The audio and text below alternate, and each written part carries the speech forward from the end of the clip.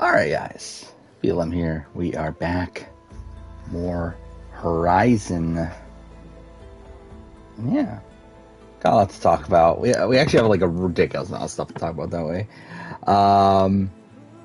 Yeah, I mean, like, my last few days, pretty much like most of my free time has gone into watching new shows. So that's something.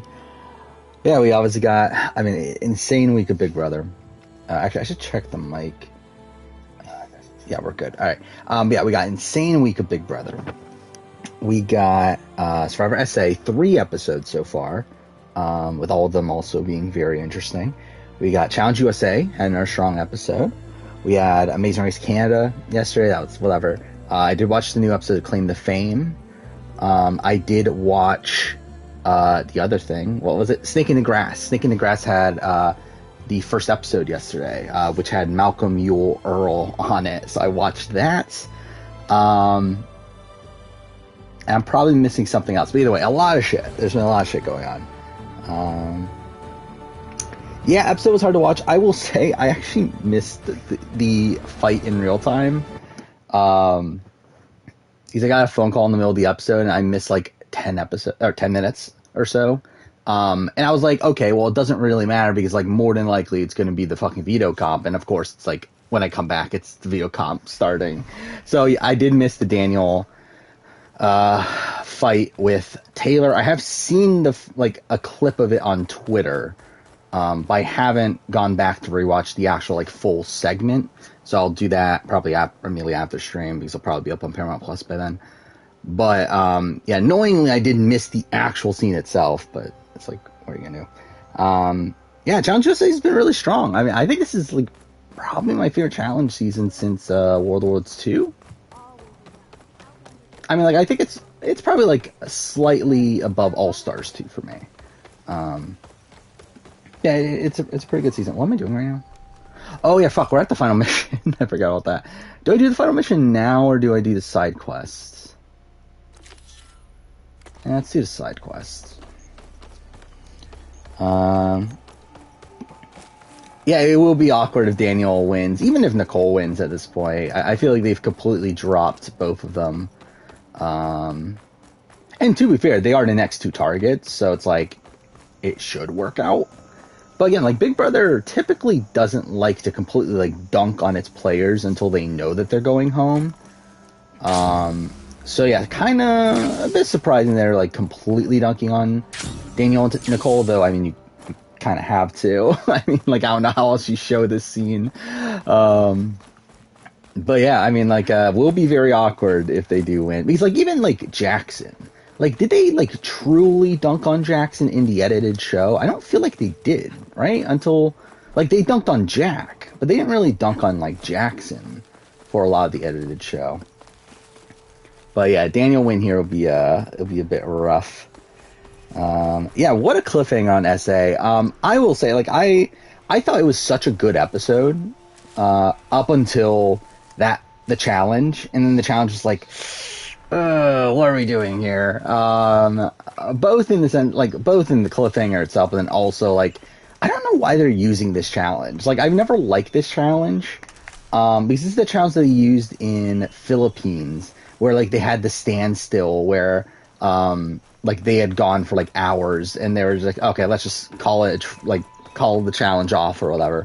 Like, I don't know why they're using this challenge again. I don't know why they thought this was a good idea. And then now, if, like, we got 2 people injured over the course of it, it's like, what are we doing? Like, why are we using this challenge? Like, I feel like this was a bit of a misstep from production. I did like Daniel, like, preseason. Obviously, a lot of that has faded pretty quickly. I guess they were leaving offerings to the land god. Yeah, they didn't shy away from the ickiness. I do feel like I feel like they still could have done more. I mean, like, but then, like, I don't know how much more they could have done in this episode. I think it's more so, like, it would have been nice if they, like, had shown more of the Taylor stuff across the season. to where I feel like with like casual fans, I feel like they're thinking like, oh, why is this just happening now or whatever to Taylor, when it's like this is like been happening the entire season. It's just like most of it's been behind her back, where like this is like one of the first instances where it's like directly to her face.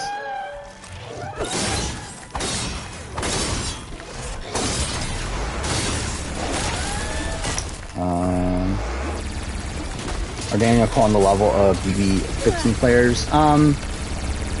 Like, in terms of like toxicity, I would say yes. In terms of like racism, I would say no.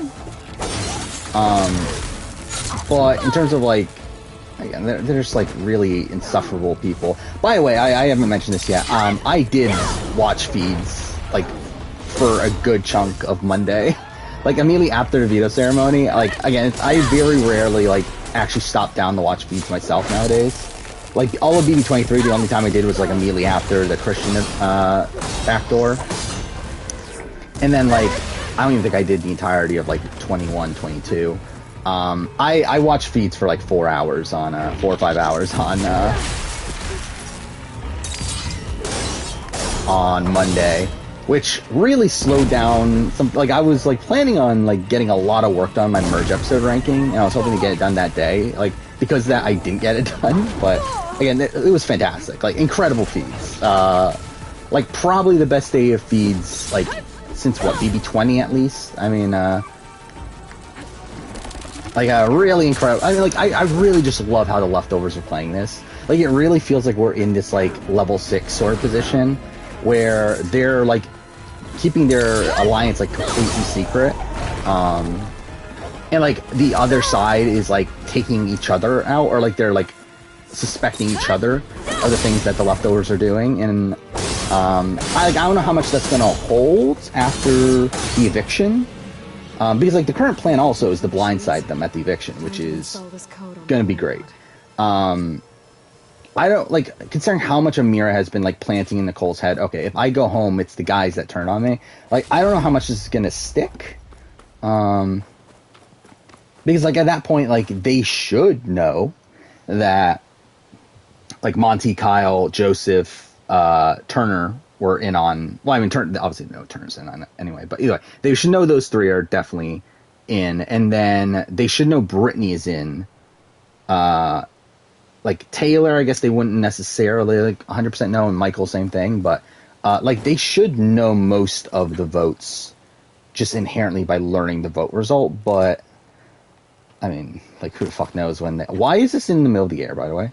Whatever. But yeah, I mean, like who the fuck knows when? Like they thought Indy was like the reason why Amira was backdoored. But still, like, again, that was just insane, like, 5 hours of feeds immediately afterwards. Where, like, you had, like, them blaming Indy, you had, like, them blaming Alyssa, which, I'm too fair, it is Alyssa, but, like, not for the reason they were actually blaming her for. Yeah, again, it was really great. But now watch Daniel win HOH, I mean... Yeah, what a tragedy that would be. It could happen too, which is Must have been what killed Nosutaro. Which is an issue. I mean, like really, like I think that's kind of one of the more precarious spots for this new alliance, is the fact that like at the end of the day, like they are still only like half the house, which oh wow, but yeah, like obviously if the other side wins HOH, like there's still potential for them to potentially go in the block. I mean, the thing is though, with the besties twist actually works out better for them though, which is interesting. Because like obviously the besties twist is fucking terrible, but it's like now that we're rooting for the majority alliance, it actually makes it better because like it's a twist that inherently helps the majority alliance. So because of that, like really the only way a member of the leftovers goes home is if it's one of the pairs that both of them are both of them are in it, are nominated. So it's like it would only happen if what, Joseph and Monty are on the block, or Brittany and Michael are on the block. Like every other scenario, the leftovers should be good.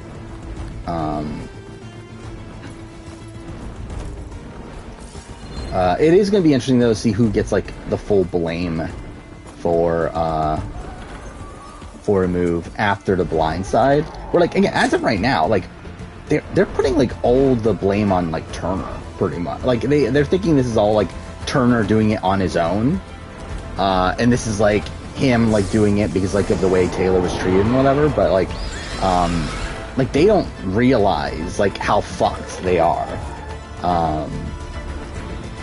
Which yeah, again, will be interesting to see once they realize that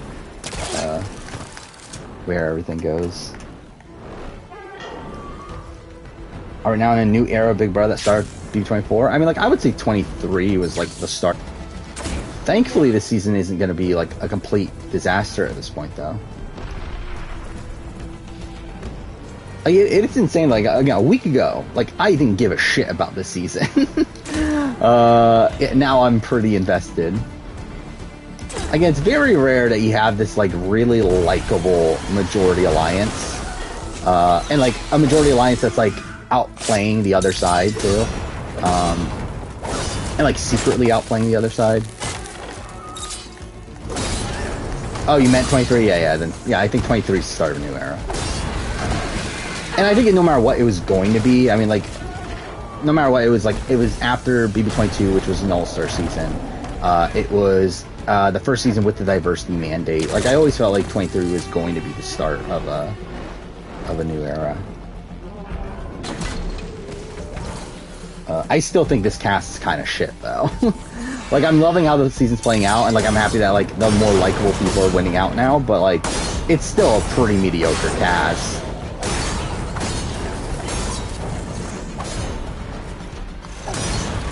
Yeah, it's like, I mean, like, at the end of the day, like, as much as, like, again, Joseph is a likable guy, Kyle's a likable enough guy, like, they're still, like, I mean, like, Joseph is still, like, really boring. I mean, if it wasn't for him being this like really likable guy, he would be like, and like if he wasn't in this like underdog position, coming into like the round and everything, like he would be this like super dull personality.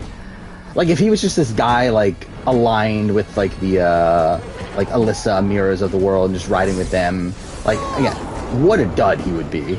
But like because he's like this, okay, he's this like underdog guy, he's a lot more likable there.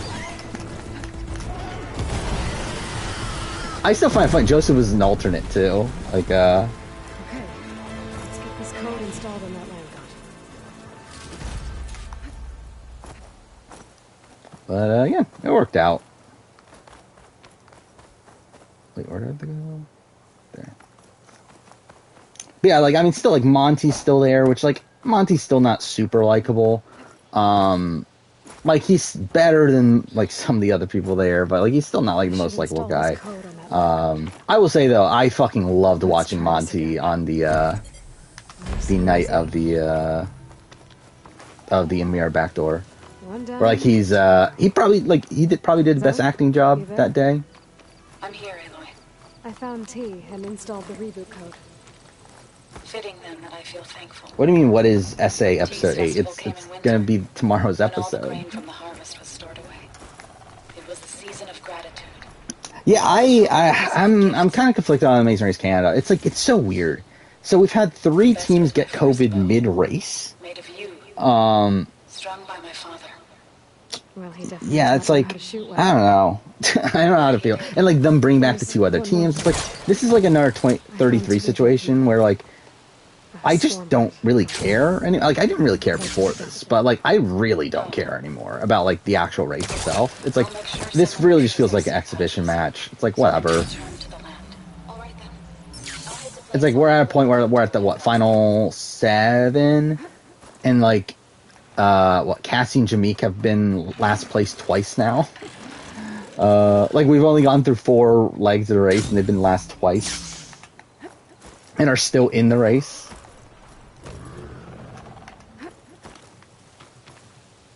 Oh yeah, I need to go... How far away is that? Melissa posted her casual mother's live reactions to Taylor and Nicole. Yeah, I know that like, she does that quite a bit, right? It's like talk about her mother's opinions, things. Which, like, I don't even feel like her mother's like that, like, casual. like the way, like, I don't feel like Melissa Denny's like mother actually represents the casual audience. Though I do think this was definitely a good episode for Taylor in terms of how the casual audience looks at her. Yeah, it's a lot of there's frustration at Nicole. Worst team to run a race? I mean, like, I don't fucking know. I like the answer that came to mind right away was that like Beekeeper team in Amazing Race 13 or whatever. But like, really, again, I don't really care that much to actually like figure out. Oh yeah, we definitely had Joseph's birthday. Definitely. I love that meme. Like, it's such a dumb meme. Like, Who's gonna have extra? yeah, like it was his, like, just because it was his birthday, where everything, like, where he just started to figure things out. But it's like, still, it's funny.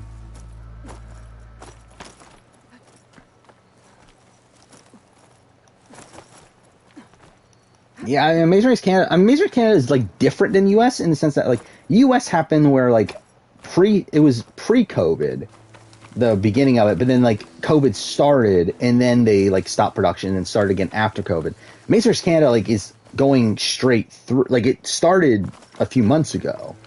And then in the middle of production, 3 teams got COVID and they got eliminated, and then they brought in 2 eliminated teams in.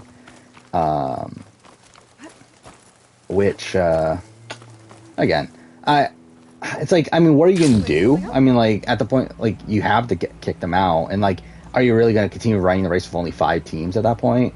But, like, it still just makes the season feel just, like, kind of, like, unimportant. Especially because, like, now we're going to have more non-limbs and everything. Oh, just makes it less interesting to me. I also love that, like, Turner is now becoming, like, a fan favorite. Like, Turner was, like, the most hated person coming into this week, and like, now, like, everyone loves Turner. Oh, is that not the one?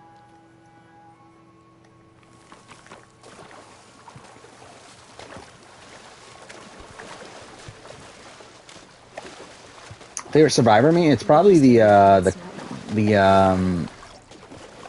copy pasta thing of the meeting Carter in the grocery store and whatever. Just because, like, and like the Carter one in particular, because like obviously there's like ones with Joe and whatnot, but like to me, like Carter Williams from Philippines is like the funniest one to me. Where it's like, just imagining Carter being that much of a dick while at the grocery store is just like really funny to think about. Any Survivor news? I don't believe so. I don't think we've had any Survivor US stuff, but I haven't really been looking. Oh, that doesn't work at all? Well, that's perfect. It's on to me. That doesn't work either. What the fuck?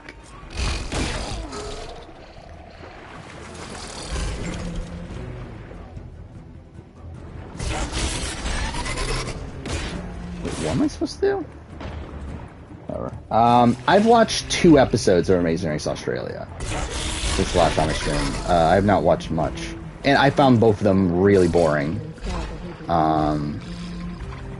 So yeah, I'm very like I don't care about this season, season 4. I don't like any of these teams.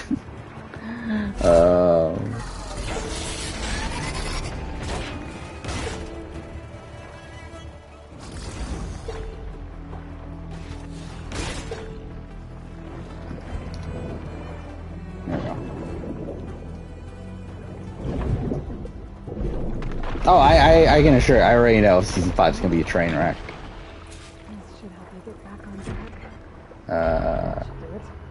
Again, like, teams get added late. It's like, what? So there has to be more non-limbs, right? Because it's 24 legs. And there's only 16 teams. So, yeah, I'm pretty sure it's going to be shit. Another line got dealt with.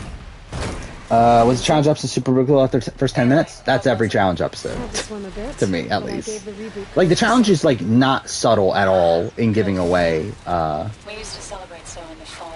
like who's going to elimination and everything. With wine made from elder. To me, that's always been the problem with the challenge is that I got tipsy on it's I think a lot of it comes from the fact that it has like such a big cast to where like it can only allocate like certain amount of screen time to like the amount of screen time that they have to like a limited amount of people. And because that's like when these like certain people get focuses that didn't have focus in previous episodes, it very much stands out to you that, oh, this team's going to elimination. So yeah, I mean, like, I feel like that's always been the issue with the challenge. But yeah, I mean, yeah, definitely this was the example of that. The Shannon Xavier, like, instantly getting a lot of content.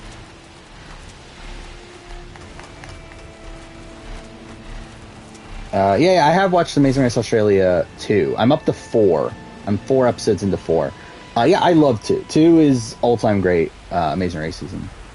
Like, I mean, I still, like, it's definitely the best of the international seasons. I would say, like, out of, like, US, I would say 5 is still my favorite. I think beyond that, though, like, I think it's a serious debate for like, 2, 3, 4, somewhere up there.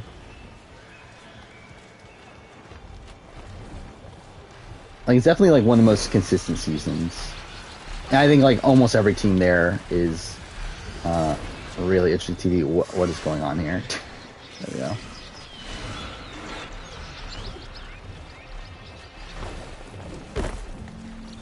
Yeah, I did watch Claim to Fame. Again, another good episode. Again, I still find... Like, I think the show's, like, just super interesting from, like, this whole strategy perspective. In terms of, like, the celebrities and stuff, like, I don't... Like, man, like, I personally don't care about that aspect of it that much. But I do like how they... Oh, it's this... I do remember this mission. Yeah, I do like how, like, that part of the game is, like, implemented into a social strategy game. I've thought about, like, doing, like, a short video on Claim to Fame. Like, not a review or anything, just because I don't have the fucking time, but, I've thought about doing, like, a why you should watch Claim to Fame or something to that nature. Now, will I? To be honest, probably not. But, I have thought about it. Try to get into the Challenge US, you can't. I mean... Yeah, I guess it's not for everybody. Like, to me, I will say that. I do think with Challenge USA, I think a large reason why I'm enjoying it is because I know most of these people beforehand. I do not think I would like it as much as I am if it wasn't for the fact that, like, I know these people from Survivor and Big Brother and Amazing Race and that sort of stuff.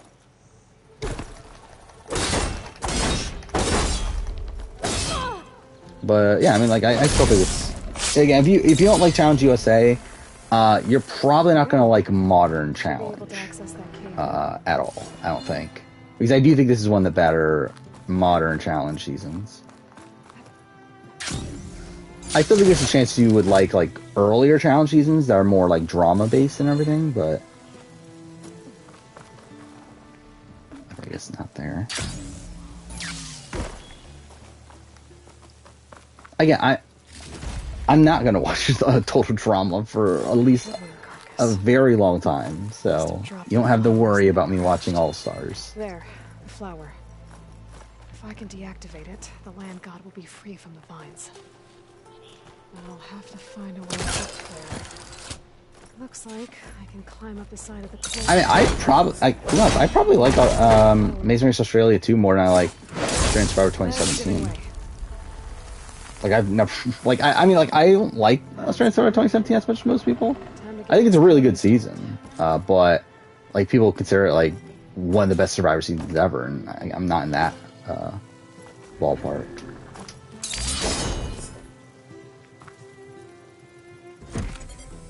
Does X really look like Laverne Cox? I will say, I don't know who the fuck Laverne Cox is, so. It's the last land god. I don't know. I literally, like, did not know who Laverne Cox was until, he was a bit tangled up, until they talked about, her on the show. Like, I knew of her.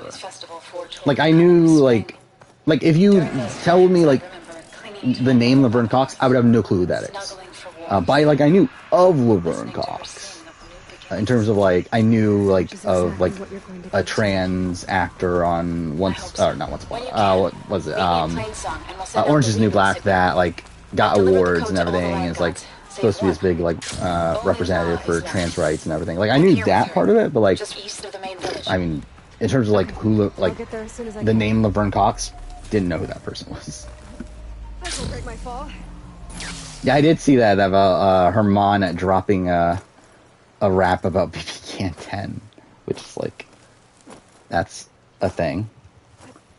Oh yeah, I'm definitely gonna have those total drama streams. That's definitely a thing coming. Shan and Xavier, and I mean, like, I don't feel like Shan got that much to do, especially when like, oh, I did not mean to do that. Especially from like a game standpoint. Like she was just kind of there. I mean, she did have like some fun like segments here and there, but she was just fine. Like again, like definitely not to the level of Survivor or anything. Xavier, I think this was like a cool continuation to Xavier's storyline from Big Brother. To see him being blindsided by the people he had like tiffs with or on the on BB 23. I do find it interesting. Like I mean, I guess they don't want to show it, but I did find it funny that like they never actually showed the fight between Xavier and Kylan on his way out. They just mentioned that they had like they left not on great terms or whatever. I think it would have been fun if they showed it, but I guess they don't want to, so it's like whatever, I guess.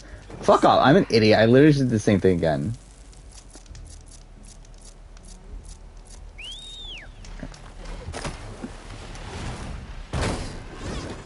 But I mean, like, also Xavier didn't get that much screen time here, which is kind of surprising.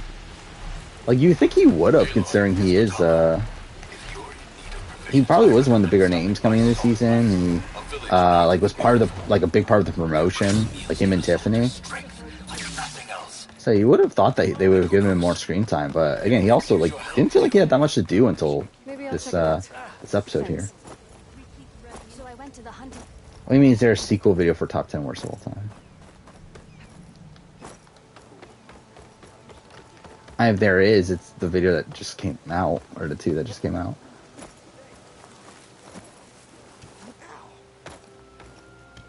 That's in Trivia Challenge. I thought it was like fine. I mean, we didn't really get that many like dumb answers, and like to be fair, they didn't really open it up for dumb answers. Where like only one person per round can give a wrong answer. Now to send out the reboot. It's like that's something I don't like love, but it's like yeah, it was fine. It was decent TV.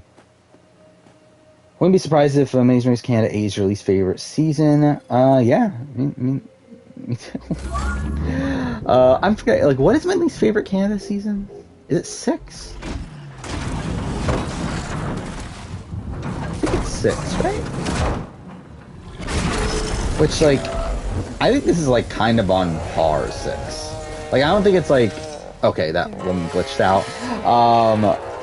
But I, like, up until this point, I should say, I think it's on par 6. I think, like, moving forward, it might drop. Just due to me not caring at all, but like, yeah, like I'm definitely not liking this season that much. I like Amazing Race Canada 3 more than 6, and more than this season. But I didn't think it would be so beautiful. Soon the land gods will return. Yeah, that video came out today. Oh, top 10 best. Oh, not best. Because again, there's no point. There's no point in doing top 10 best to make merge a jury because like that's the top 10. Who are they to argue? Find me later, then I'll tell you how it went. Good luck. I mean, yeah, like the BB Can worst player do. Like the problem with that is that I'm gonna do the ranking of every player.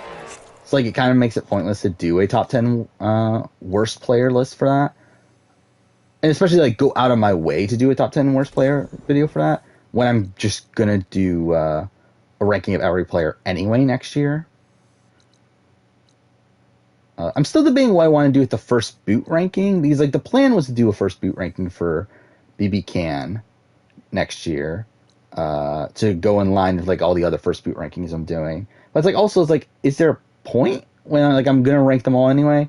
Like obviously there is in the sense that like obviously it's a separate video, and that it's like obviously like just the ranking of those people, so it's like you can see them just on that individual list instead of like scrolling through the worst player of all time list and seeing where those first boots are. But still, it's like, I don't know.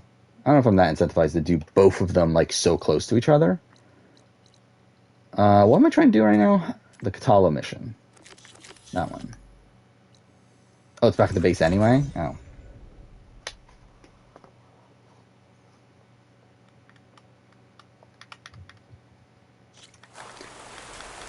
I include Cody, but not Matt Elrod, because Cody was still like part of the game still within the pre-merge. Like, it's not like he was gone for the entire pre-jury phase after he got voted out. Where like Matt Elrod's like gone episode 2 and then doesn't come back into the game until the merge, and then gets voted out immediately after the merge. It's like Cody's like only gone for what, 1 round, right? And then it also still participates like in what, 3 more rounds after he comes back or so. Thanks. So yeah, I felt like that was like enough.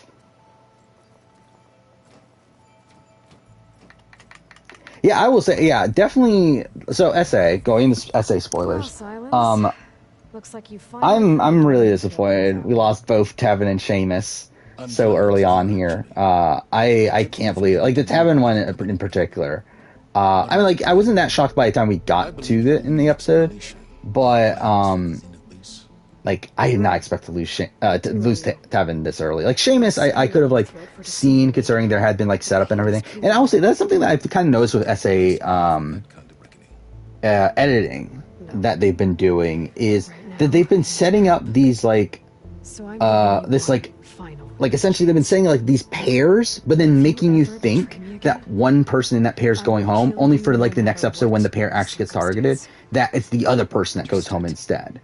I've noticed that that's the thing they've been doing, where like we got shown the Tanya Pinty like rivalry, but then like the episode before Tanya goes home, a lot of the focus is on Pinty, and it makes you think, okay, Pinty might be going home. But then we get to the Tanya episode, and it's Tanya that goes home instead of Pinty. And the same thing here with like Tevin and Seamus, where like we saw they were a duo, but we get so much content around Seamus. Seamus is the guy that needs to get taken out, and then we get to Tevin Boot episode, and all of a sudden it's Tevin that's the dude.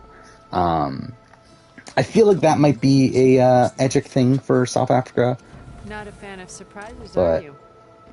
yeah, who really knows? Oh, look. But yeah, again, like the Tevin boot was definitely a shock. I mean, Seamus, like, that was like really foreshown. I mean, I felt like that was like super obvious, but really heartbreaking. But like also, it's like he seems to be fine with it. Like I feel like to see Seamus go, because like coming into the season, like Seamus talked about how like he went into this like deep depression after getting voted out first, and if this happened to him again this season, like he don't know how he'll live with himself and everything. It's like, again, to see him like go out pre-merge again, like I felt for him, but then like in his like final words, he seemed to be like content with it, which I think is like a good way for him to go out in that sense. So yeah, at least there's that. Yeah, I love Phil. Phil's a great character. I don't know if he's poised to win necessarily, but still. I've already done best players to not make I've done pre-jury boots for both. Well, I've done pre-jury boots for Big Brother, and I've done pre-merge boots for Survivor. We're taking those space slugs down. Okay, so we'll do the Katalo mission. Fuck, this is going by way too quick. I didn't realize like how quick this would take. I thought it would take like an hour to do that first mission. It only took like 30 minutes.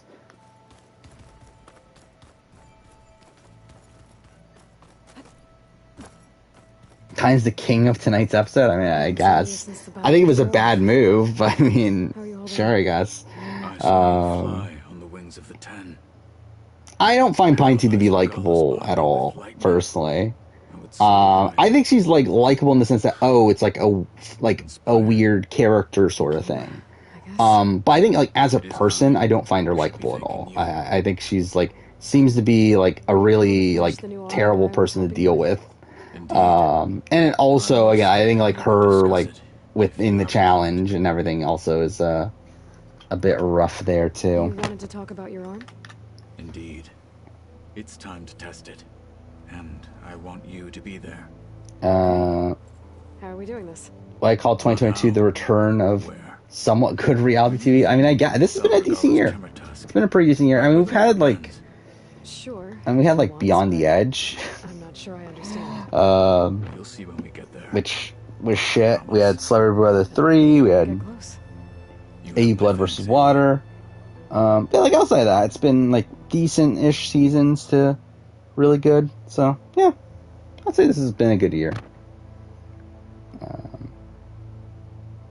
Try to look at what's currently running. I mean, like BB24. I mean, like it started out shit, now it's starting to get good, but it's like, yeah, I mean, like it's on the goodish side right now. SA's been really good. Challenge USA's been really good. Canada 8's been like Amazing Race Canada 8's been kind of meh. Claim to Fame's been good for what it is. Like, it's not like top tier reality TV, but like it's good for what it is.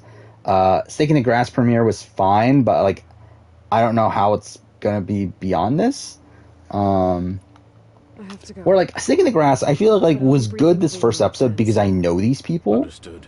I don't know how it's gonna be beyond that. Like, I think when it's like new people, I don't know if I care to continue watching a show with all new people. Towards like it's not that good. Like, it's fine. I think it's like it's way too short. I think it's way too like it's like way too fast paced. Yeah, again, like I feel like if it wasn't for the fact that I knew Malcolm, Earl, and other person, then I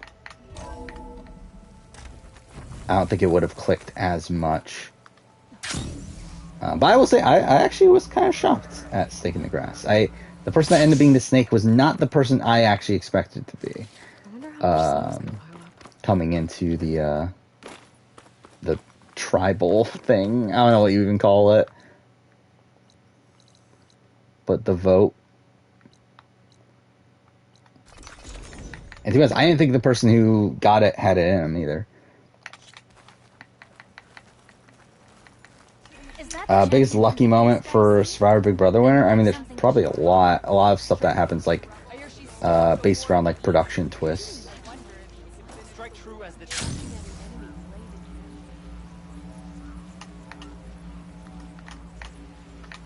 Oh, what would be the luckiest one ever? It'd probably have to be something like Endgame related, right?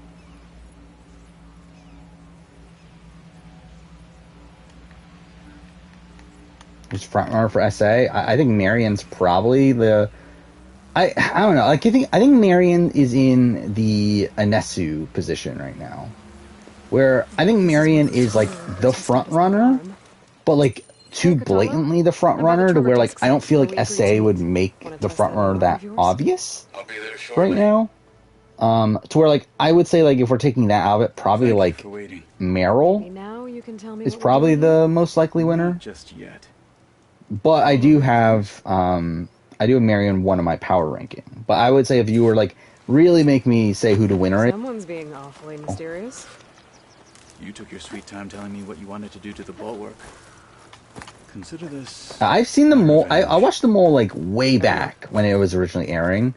My dad actually really liked the show, so I watched it with him. But like I have no memory of it now. I planned on rewatching it and doing like some sort of video on it at some point, but I have not done that yet. What am I Do I think looking Pikey has an underdog edit? Not really. We'll see. I don't think they're like. Yeah, there's really no point where they're like actually Alright, giving talk her to me. underdog edit. It's more so she's just like abrasive personality who they're keeping around as a goat. It has menaced the valley for some time. Killed more than a few of the Sky Clan. But no longer. Yeah, like Tevin, I had Tevin one, like number one in my power rankings at one point last week. I think it was like after episode 3 or something. Marion's been number one though for a while at this point. I think like 3 or 4 episodes. 3 episodes, I think. And I think she was number one after the premiere.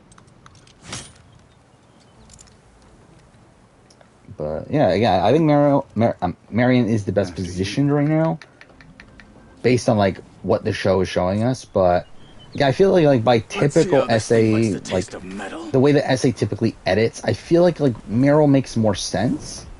Like Meryl's edit is like not that dissimilar from Nicole's from last season.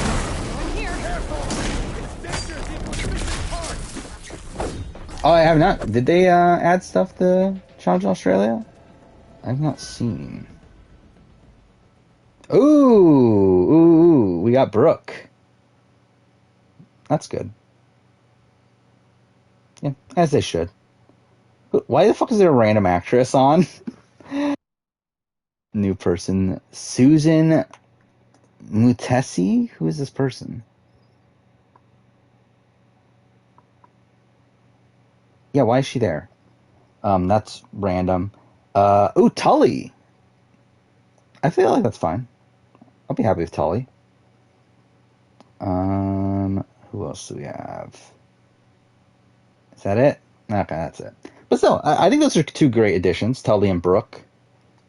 Pretty happy with that. That's a nice BB episode. I thought it was really good. Probably the best episode of the season.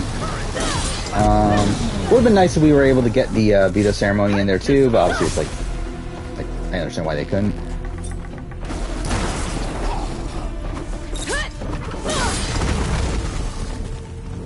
Something still were like not shown correctly. Like there's a lot of footage here that was shown that was like not in order, which I did find weird. Where a lot of the footage from like beginning of the episode was like actually before nominations. Yet for some reason they're showing it as if it's after.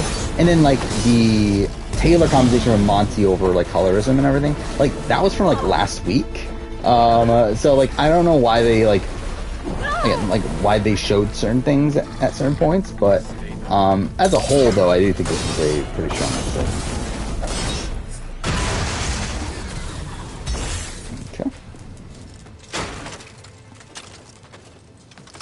Wish we'd see more from Palessa. I will say I think Palessa is the other one that I think I would not be that surprised about Palessa one either. I think it's safe to say the new arm works fine. I would say I wish Palessa got a bit more like a bit better of a premiere. But like I would say like by SA standards in terms of how SA edits their winners, yeah, like I think Meryl and Palessa are probably like the top two. Wrong. If we're just solely going off of like trying to get Edgic, like add Ed, but the rest of the time, which I think is tough because simply be myself. I don't care. But yeah, I feel like those are probably the two that I would put my money on. Here. I mean, yeah, I'm excited for 43 as well. I'm pretty excited.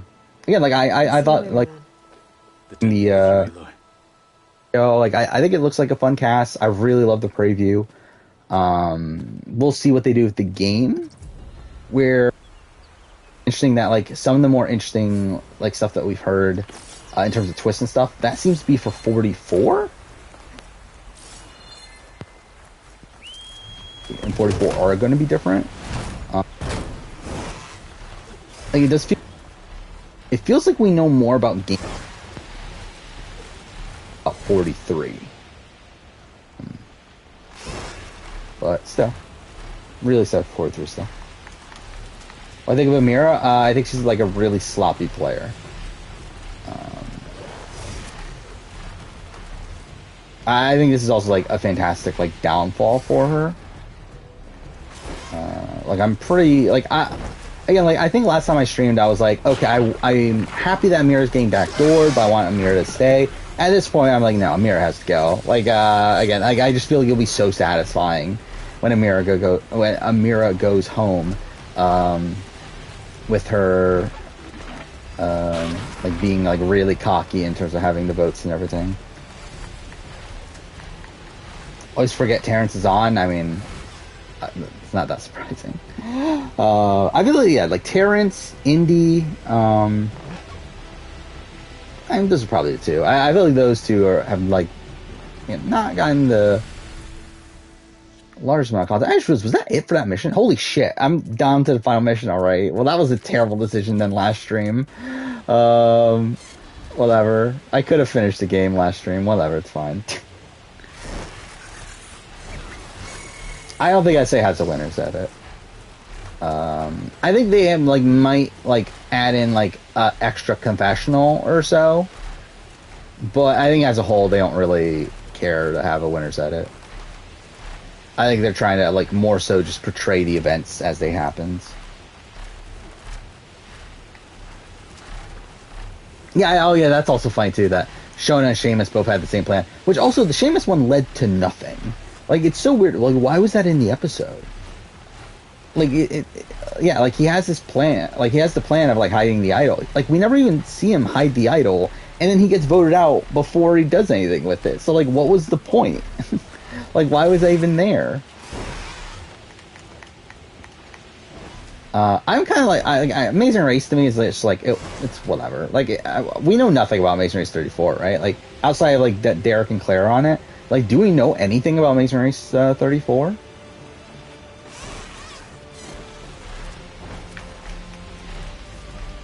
Like, it just, to me, it's like, it's more Amazing Race. It'll be fine.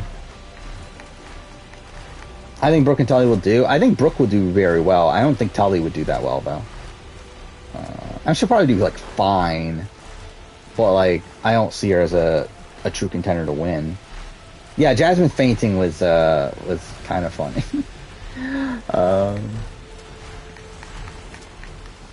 I obviously, like, it is, like, so it is a serious issue, like, her dealing with anxiety and everything. Why am I flying here? Like, why not just fast travel? But, like, considering it's Jasmine, I feel like that's what makes it funny. Yeah, it is interesting to see, like, what they're going to do with the person that survives the block. I know, like, the rumor out there is, like, okay, so the person that survives the block gets to, like, pick, like, a duo to join or something like that. But that just sounds weird. Like, I feel like, to me, what I would personally like would be for them to be able to pick new duos. And, like, it's just that the one that starts, or the one that gets, like, survives the eviction, like, they get to start the chain. I feel like that's, like, something interesting. Mind you, it would be fucking terrible if we weren't rooting for the majority. Because, again, once again, like, it's something. Okay. But, because we are rooting for majority, I feel like that's something I would be okay with. But is there anything I should handle before that? Oh, wait, I'm an idiot. No, fuck, I shouldn't have done this. Oh, no, it's fine, because they don't make you do the mission right away, right? Because I need supplies. Forgot about that. Okay, everyone. We all know what's at stake. Beta. When's the last time get a blindside moment, Big Brother? In terms of blindsiding the eviction, Now, it might Steph, seem like the Zeniths BB Can are 10. invincible, but they're not. I'm Betty, BB Can 10. It takes to break into their base and defeat them. I know BB Can had a lot, and BBUS, I think it's been a while, right? Like, when was the last time we had a blindside on BBUS? I mean, I guess Kylan's, right? I guess Kylan's technically a blindside. It is constructed atop the ruins of an ancient military facility on an island to the southwest. Oh, of course I don't have my Big Brother spreadsheet. I can get us inside. To this location. Where is Undetected. it? There it is. Yeah, like, well, I used to be fair, Pooch was also a blindside, wasn't it? You'll know But I mean, I guess like blindside and where Once like inside our goal, half the we'll house be is in on it distributed. and that sort of thing. Like, I think that's been since BB20. Gaia and Beta are being held at the top. Yeah, like But along the technically way, Pooch was a blindside, Kylan was a blindside.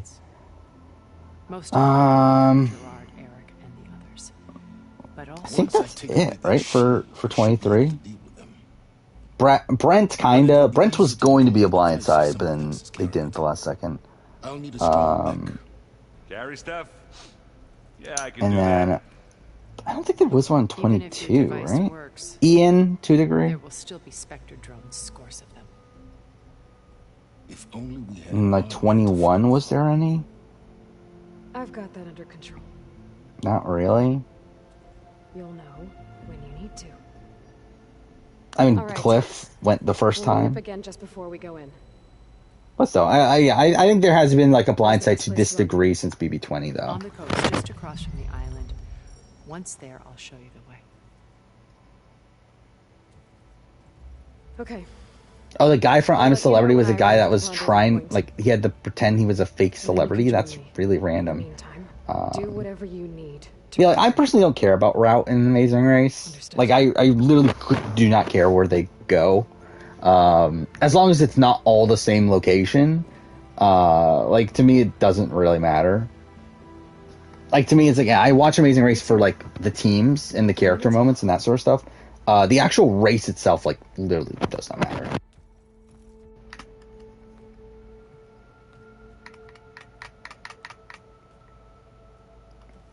upcoming videos for August. Let's see. I don't remember, to be honest.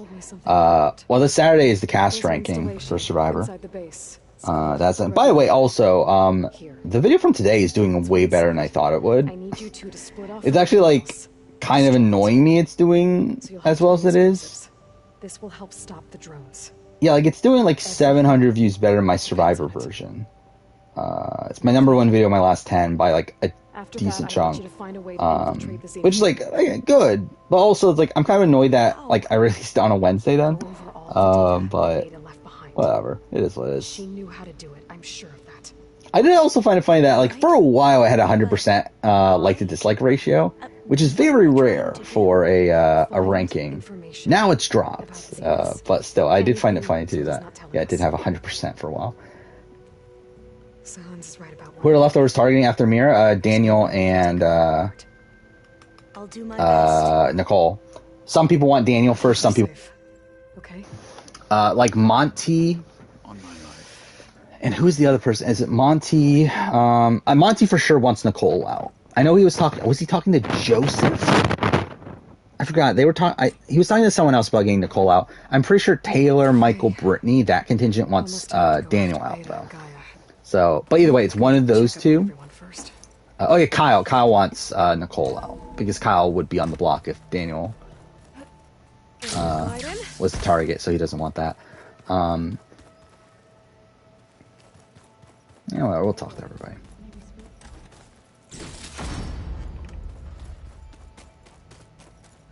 But yeah, so it's a split between those two. The other side, to be honest, I don't know who they're targeting. Oh, she has a mission too, doesn't she? I forgot about that. Of course. We'll do that too then. I'd be lying if I said I'm not slightly apprehensive. Oh yeah, Nicole was blindsided. Final 3 BB22. Forgot about that too. Oh, is that a thing too? He's Layla's brother. That's funny too. Is Layla going to be on? I wouldn't be opposed to a Layla return for the challenge. For Amazing Race AU6, 1 week of episodes will be in one country. Well, you mentioned there was that's something. Was AU5 all in Australia? I think it was, right? I might be wrong on that, but like that's why I assumed it was. Because I thought it was like a COVID thing, right? My people discovered it decades ago. Yeah, like August, like really is not going to be that good of a month. Now that I'm looking at it, because it's a lot of, it's a lot of SA for one. But yeah, it's a lot of like. There's only one Survivor US video the entire month. But yeah, so yeah, you got Australian Survivor Merge Boot ranking on the 3rd, and the 6th is mid-season power ranking for SA. Because next week is already a halfway point in the season, which is insane that we're already at that point. But that's something. Then yeah, my Hellblade videos finally coming out on a Monday. Got the Glass House retrospective. Then BB24 mid-season power ranking will be in 2 weeks, right? We got Uncharted Lost Legacy retrospective, Survivor pre-merge ranking, which is the only Survivor US video of the month, and then Australian Survivor final juror ranking, and then we got the SA review, and then player ranking, and that's the entirety of August. So again, it's like 3 actually it's, how many videos? It feels like a lot. 10 videos? Yeah, 3 of them are SA videos. 2 video game videos, 2 Australian Survivor videos. It's a lot of internet. Yeah, half the videos are international Survivor. And then 2 video game videos, 1 Big Brother video, 1 Survivor US video, and then the Glass House. So yeah, that's next month. September is fucked. To where almost nothing is done in September because everything is like, most of it is just season reviews. So that's also something. Yeah, next month is mostly done outside the, well, actually, I guess it's the mid-season power rankings and then obviously the SA review and player ranking. Do I think my most viewed video will ever change? Probably not for a while. I'll be at the rendezvous. I'll be pretty surprised Lead us to because like it's number one by a lot, right? And Like it's like 110,000, I'll something like let you that. know when I'm in Lenville. And like by the way that views are currently with like my older videos and everything, I don't think that would change. Why is my okay? That took forever to load. Cool. YouTube's loading super slowly for me. There we go. Yeah, 111,000 views. Next highest is the winner ranking at 83,000. That's 28,000. I don't think that's going to catch up. I think season ranking will always be above the winner ranking. I think if anything catches up at some point, it'll be my Yu-Gi-Oh! Series ranking or my Assassin's Creed DLC ranking. But if it does, it'll take forever. Because at this current point, my DLC rank, like, so looking at my current views over the last 2 days. Number one's obviously the new video, obviously. Number two is the top 10 worst player to make the merge, so obviously the second newest video. Number 3 is my Assassin's Creed DLC ranking. And then number 4 is my cast assessment for BB24. Number 5 is my Yu-Gi-Oh! Anime series ranking. So it's like those two videos, the AC DLC ranking and Yu-Gi-Oh! Series ranking. Those two videos do really well still for no reason. It's funny to me that for some reason those two videos do well. While my season ranking still is like the best. Actually, I didn't realize this. Survivor's just doing really shit nowadays. Like all my top videos are Big Brother right now, which makes sense because obviously it's Big Brother season. But yeah, Survivor, like outside of the new Survivor video, my most viewed Survivor video over the last 2 days is still my season ranking. But it's still like, what is that? Like 20 views behind the Yu-Gi-Oh! Video and like 40 views behind the Assassin's Creed video. So, yeah, again, like it is being outpaced, but it's like the difference is still like 60,000 views. So like it's going to take forever, even if it were to change. But like realistically, I don't think it's changing. Recasting Australian Survivor All-Stars, it's not coming for a while. At best, it's like December, I think. Potential to even be delayed. But yeah, as of right now, it's December 7th is what I have it listed as. But would not be surprised if it gets delayed till next year.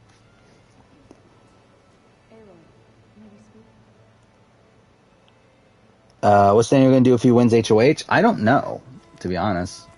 He might go for... he'll probably go for Taylor again, right? Especially because like Nicole wants to be on the block.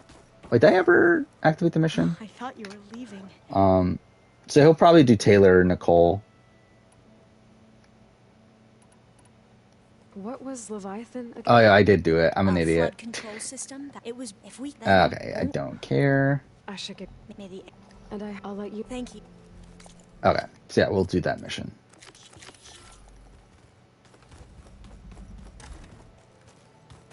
Oh, I need to get supplies. Rumor. So there's a rumor that Mark and Sam are going to be on the challenge. I wouldn't be that surprised, to be honest. I mean, like the challenge, like seems like a show they would do, especially Sam. Man, Sam's like super short though, right? So I feel like that's definitely going to be a disadvantage for her. But still, like yeah, I mean, I feel like they would fit the current iteration of the challenge, especially like these spin-off challenge seasons. Like, I feel like they seem like a similar casting type to what you would expect from, like, Challenge USA. So, yeah, wouldn't be that surprised. How's our community feel about Steffi? I feel like it was pretty negative before the season. But I feel like people have been warming up to her on the season so far.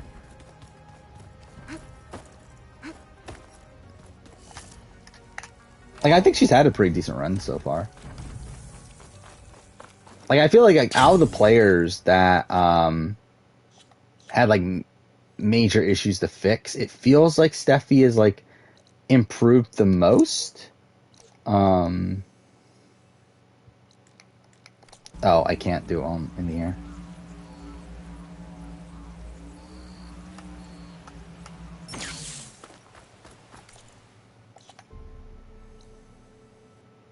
Ever had a customer complain on my job? At my current job, no. My old job, yes.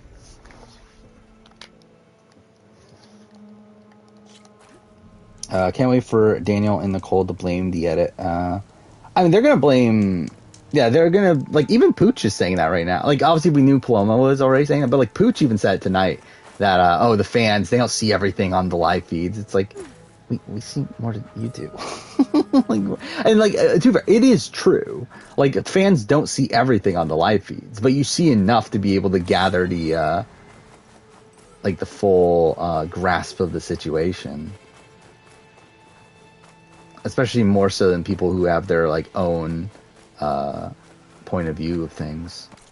Wait, where am I going? Why is this?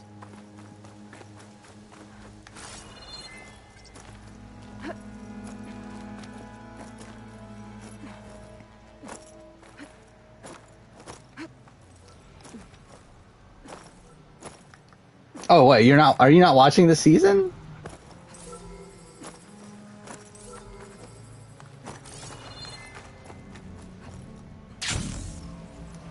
Are they gonna call John Easton Johnny? I don't think so. I mean, like, did he ever go by Johnny? Maybe he did. I don't fucking remember. I don't know, maybe not. Like, I literally couldn't tell you if he was ever called Johnny on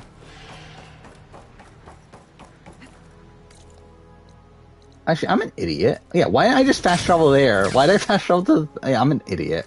Whatever.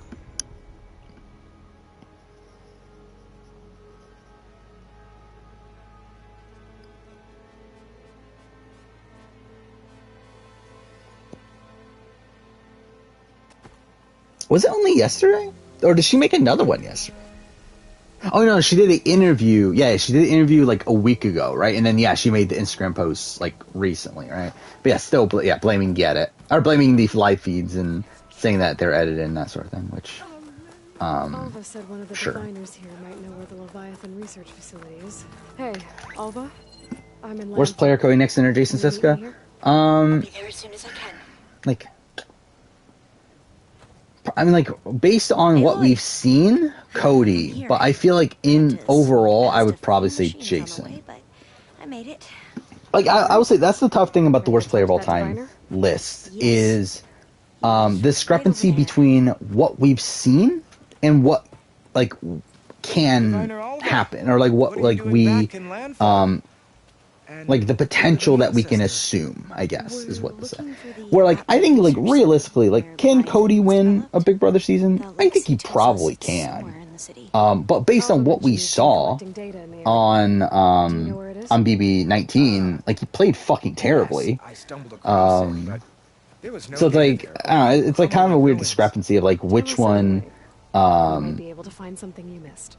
like which one do you favor more, and like how much credence you put into like the concept of like the potential a person has. Phil's winning SA. I mean, I wouldn't go that far, but I think he's a lot of fun though. I hope he makes it far. I'll be really disappointed if he gets swap screwed here. He should, like, I think he should be fine. And the fact that they focused on like him, his relationship with Marion, I feel like should be a good sign for him. In terms of longevity on the swap tribe, but especially because like Dino's being propped up as a target, Shona's also like, well, who the fuck knows what happens to Shona, but yeah, I feel like Philip seems like the safest of the pre-mergers on that tribe. The facility's just south of here along the shore. But even if you find a way to fix Leviathan, it's sure to be shrouded in that which is... Yeah, I feel like postseason, like Paloma, Nicole, Daniel, like probably even Amira. I feel like all of them are going to be really into the, oh, you didn't see everything. Oh, Jasmine also especially. I feel like those five in particular.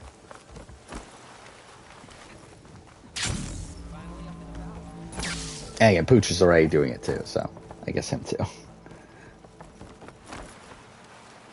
Yeah, what a bizarre decision there for Shona. Like, I don't know what she's really thinking there. Now, I do think there is, like, some credence to her going on that tribe. But, like, I still feel like I would never risk it. Especially when, like, it's not like you have an idol or anything. Or, like, one of those people have an idol. I feel like if that's a situation where, like, you're coming into the tribe, you know, like, Dino or Philip have an idol, I feel like at that point it might actually be beneficial for you to go on that tribe. Because at that point they can't split. Because it was, what, 5-2? Which, if it's 5-2 and it's only Philip and Dino, then no matter what idol, they can split it and then the other one goes home anyway. But if Shona goes on there, it's 5-3, meaning they can't split the votes now, making it more likely that your idol is effective. So it's like, in that situation, I can see it making sense that you go into the, actively go into the minority. But that's not the situation. Like, I find it, like, really weird that she decided to, just, like, actively pick the minority side. Then again, like, Phil and Dino are, like, her two closest allies of that group, so it's like, I guess it makes sense there, but still. We'll have to take it Still out a lot of danger for her to actively be putting herself in. Okay. I'm with you. Yeah, Dante, I don't know what to feel about Dante. Where it's like, in ways, like, he has, like, improved from this last time. Where, like, he is certainly playing a lot more aggressively than he did last time. But he's also, like, way too, like, domineering with all of it. So where, like, again, there's no way he's, like, actually getting to the end and winning this.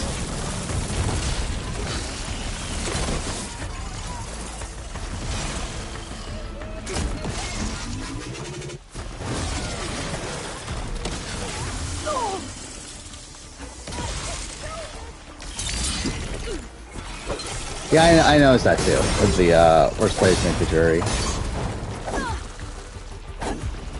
Oh fuck.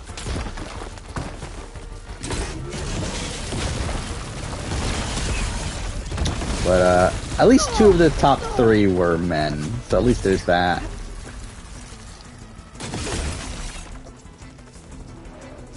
You're on a boat all day? That sounds dreadful. Phil's a good player. I think he's a good player. Yeah, I think he's probably like one of the better players on the pre-merge tribe. I would say I'm also like happy with how like Felix is doing as well. Where Felix, it feels like Felix is also like kind of learned from last time.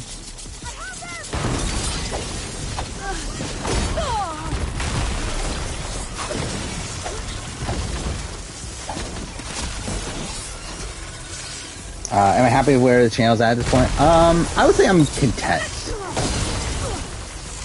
Like, happy would be like, I can make a living off of just doing YouTube, and that's my entire life. I'm pretty content with where it's at, though. Like, I don't expect it to grow at this point, but I'm gonna continue doing what I'm doing. Okay, fuck off.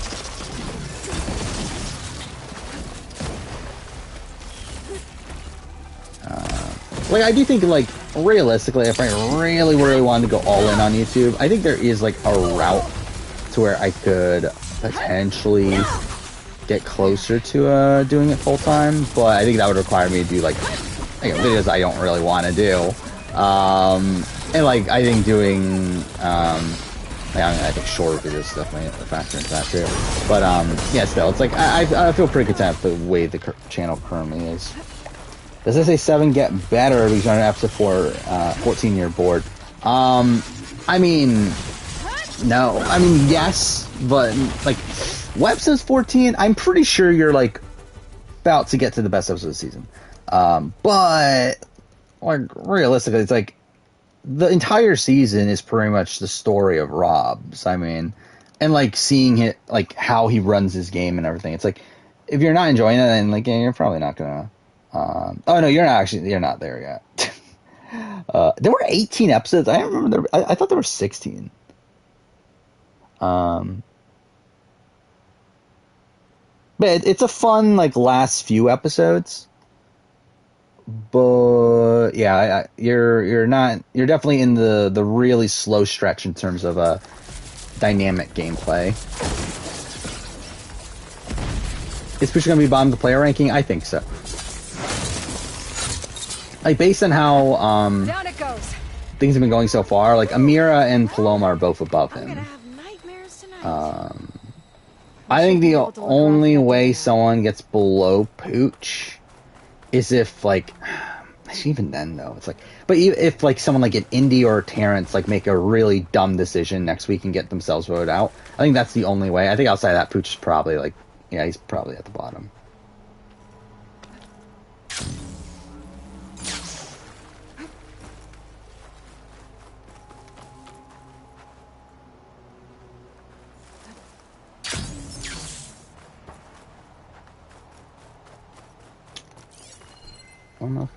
I might be able to kick that vent open. Tony Dante's a fun rivalry. I mean, like, kind of, but, like, also kind of, like, I feel like the start of it was, like, kind of, I don't know, not really fun. Oh, is it just this? That initial fight and everything, but, like, since then, it's like, yeah. I do find it funny how, like, Tony is, like, pretty much the same this season. Time for a swim. Where, like, it felt like she was going to be different early on, but, like, nope, she's just the same. Nothing's changed. I always try to imagine what it must have been like. Okay, cool. Best performing, It's less of a climb, I bet. like, best, like, type of video, like, Let's check the performance, other it's floors. probably the, like, bigger rankings for Survivor. That and Jeff Probst videos.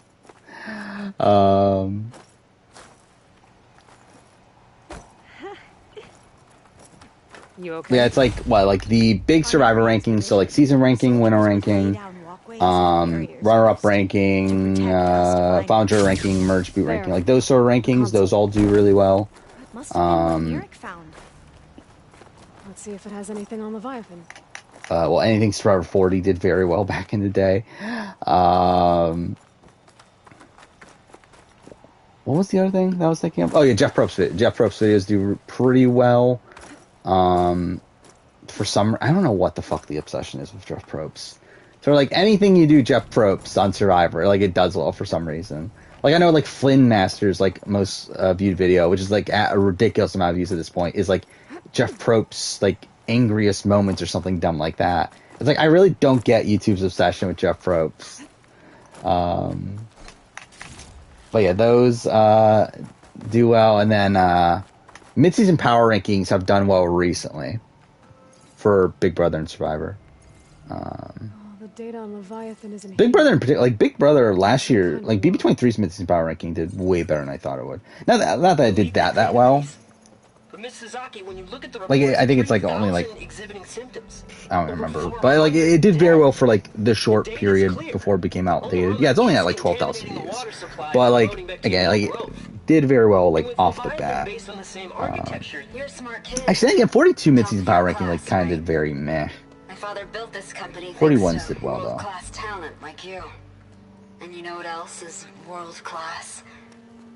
Our legal team. But I mean, like, really, like, videos have not been performing great recently. Too bad, like, this most recent video, Top 10 Worst Players to Make Jury, like, that's actually the best performing video in a while, I believe. Yes, ma'am. That was her. Yeah, like, I think it's the best performing video since, Survivor. Since Survivor 42 ended. And she knew I think it's the best their system video system since was the player to ranking blame, for 42. but she So. had the truth But even then, like, player ranking for 42, ancestors that's not even like at 10,000 views at this point. Selfish, 42 just passed Yet 11,000. we hold them up as paragons of enlightenment and virtue. Given what Yeah, I we've mean, like, learned. again, views don't do as well as they used to, which is fine. Again, I'm content with that at this point, but Let's not give up just like, it used to be like any Survivor video I would do gets 10,000 views. At this point, like, it's more so like 6,000, probably worked. like 6,000 to 7,000. Recording mentioned a copy. Dang it, like, even the 4344 video just bombed. So that's something. There.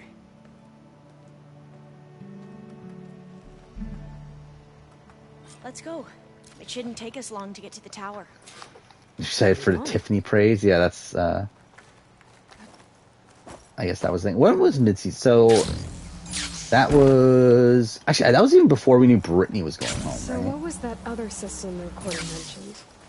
Omuramba? That was like immediately after Christian eviction. Legacy Right? tells us it was the predecessor to Leviathan. So Thor: Love and Thunder, it was System okay. that manipulated Yeah, I've heard mostly negative things, but then like Mine seem to know a lot some about people the say sense it's I good, but like not good as an MCU movie. Like it's good as like a Taika Waititi movie, but like it doesn't feel like an MCU movie. So I was like, I hear like middling things about it. Now I wonder how Entrance much is of it blocked. actually true. Gonna have to find another way in. The soldiers built a path on the nearby ruin. Might be able to cross over from there. Lead the way. Yeah, worst gets more views than best sometimes. I wouldn't say like all the time though. I think I'll wait here for you. Please don't go too far. Actually, I don't know if it necessarily gets more views in my experience. I think in general, probably. But it's like, I mean, my worst player of all time list for Survivor, that is my most viewed video in like going back to when that came out, like since that came out. But like in comparison to like, you know, like videos from like end of last year and that sort of thing, it's like not really like that that amazing, but still. Actually, what is my most viewed video of the year? I'm pretty sure it's Merge Boot ranking, now I think about it. Let's see. By the way, what a shit month this has been, though. Like, this has really been a shit month. The month of July. Which is, like, it's gonna end well. But, like, outside of, like everything before this Saturday has been, like, really shit. But, whatever. So, 2022. Yeah, Merge Boot Rankings 1. Then the international, well, global runner-up ranking. And then worst player of all time. And then Yu-Gi-Oh! Series rankings number 4. That's fucking funny. Yeah, mid-season power ranking 42 is number 5. Survivor season ranking is number 6. Blood vs. War cast assessment is number 7. 42 reviews, number 8. Assassin's Creed DLC ranking is number 9. And then Big Brother Top 10 Worst is number 10. What was for 2021? I think it was the Jeff Probst video was 1, right? Yeah. Casting Jeff Probst's Nightmare Survivor season was number 1 video of 2021. Then the final juror ranking. Then Survivor season ranking. Then what if final jurors won final immunity? So that's kind of random. Then DLC ranking is number 5 that year. 41 cast reactions, number 6. Predicting Jeff Probst's winner rankings, number 7. Predicting Jeff Probst's least favorite player is number 8. Yu-Gi-Oh! Series ranking, number 9. And then Survivor Top 10 player is number 10. So that's actually interesting, too. So, like, yeah, only 6 of those videos actually came out last year. So, like, out of the entire year of 2021, only 6 new videos cracked the top 10. Well, for this year, 1, 2, 3, 4, 5, 6, 7. It's 7 for this year. I don't know if that's good or bad. That's actually probably bad, isn't it? That means that older videos aren't performing as well. I'm looking at like now, like the last 360 days. So like a year from today, number 1 video is the player winner ranking. That's kind of random. And then it's the Jeff Probst's least favorite player, and Survivor season ranking, and then losing final tribal council performance. That's also one that's interesting too. Is that I'm actually surprised that my losing final tribal performance video did better than my winning final tribal performance video. I felt like that was kind of random. Yeah, then Yu-Gi-Oh! Series ranking, Assassin's Creed DLC ranking, Merge Boot ranking, 41 mid-season power ranking, Jeff Probst's favorite player, and then final juror ranking. Interesting to find juror rankings on there, because that's like 6 months after the video came out. Interesting. Anyway, Thor 4 is a mediocre, oversaturated mess. Yeah, again, like I hear like mixed things. Where like I know there's like a good chunk of the fan base that just outright doesn't like it.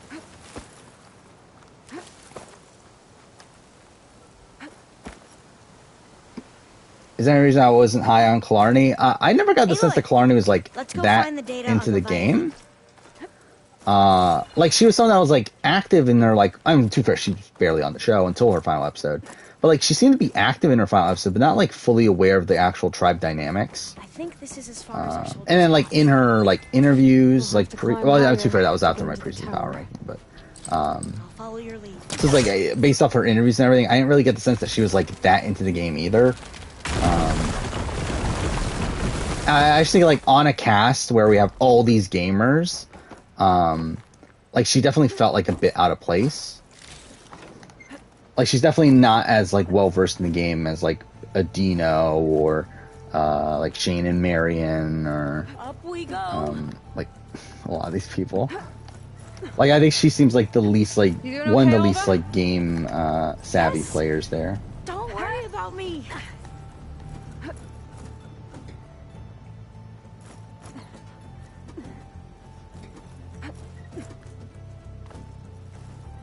Again, like the problem with Survivor casting videos is that I've done everything I want to do with casting videos. I'm actually currently editing my recasting Did it see us? 40 video. I don't What if think it was so. a Winners at War? We'll have Which to be careful. I don't even know when the fuck that video is coming out. Like it might not even come out till next year. Well, that beam looks At this promising. pace. Okay, well that's perfect. But it's the last Survivor video that I have to work on. So yeah, since the last time I streamed, I did edit the Merge episode ranking.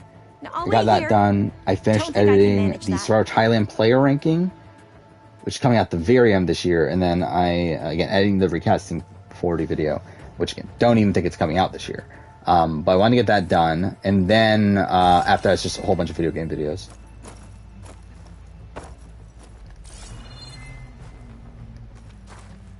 Oh, was I supposed to pull it? Wait, can I? It's not working. Angle's wrong. Yeah, I mean, like, I'm gonna have to go back here anyway.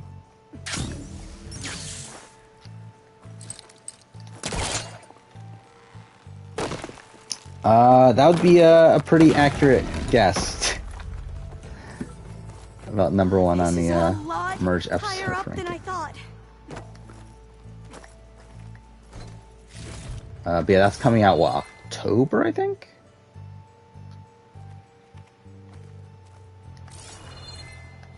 Wait, how do you get up?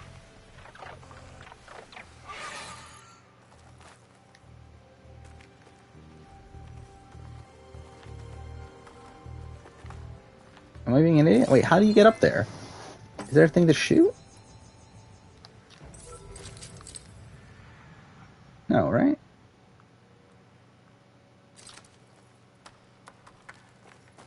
So that's just a gap.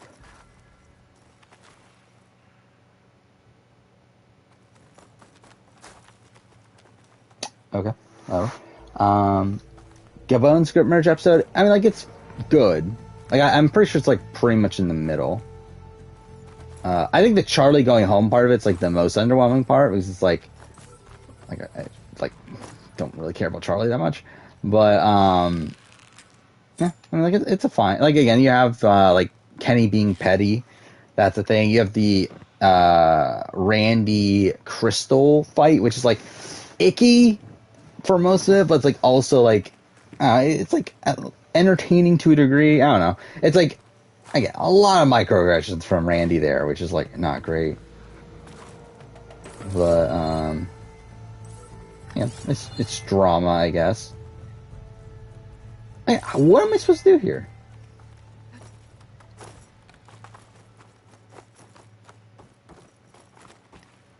Oh yeah, well, did not mean to do that.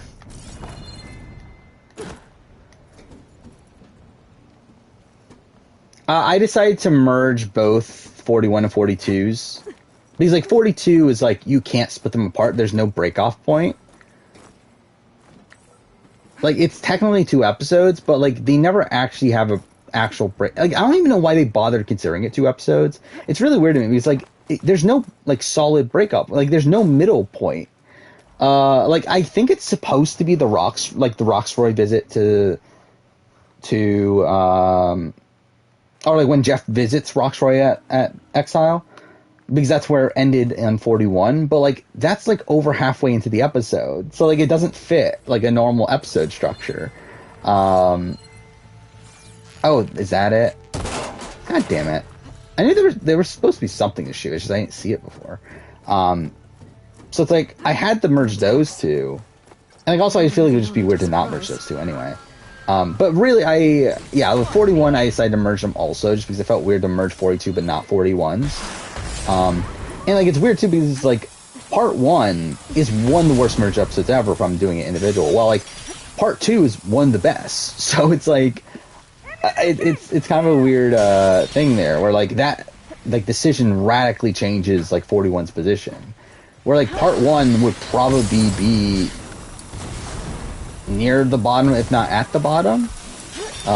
While with part 2, it makes it like a top tier merge episode. So.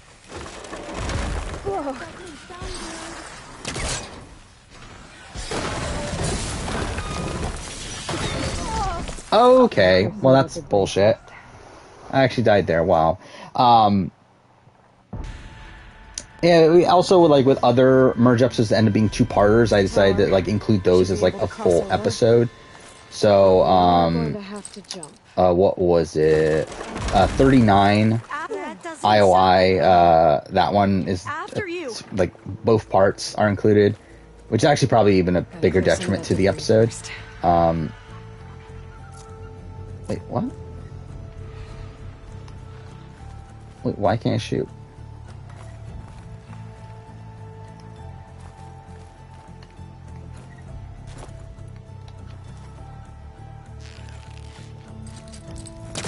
Yeah, like IOI, and then I think Game Changers the other one. We're like, so it will be not just the Haley boot part of it, but it's also the Aussie boot. Which, to be fair, that doesn't really change much. I don't know why I just did that. I wasn't even an idiot. I knew that wouldn't work. Whatever. Do I think to do cast reaction for Challenge Australia? Probably not. Because I don't know who most of these people are, even at this point. I really only know Brooke, Tully, and John, right?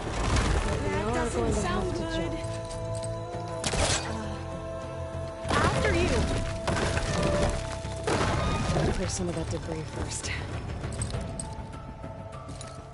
Oh, I do this one too, that's why.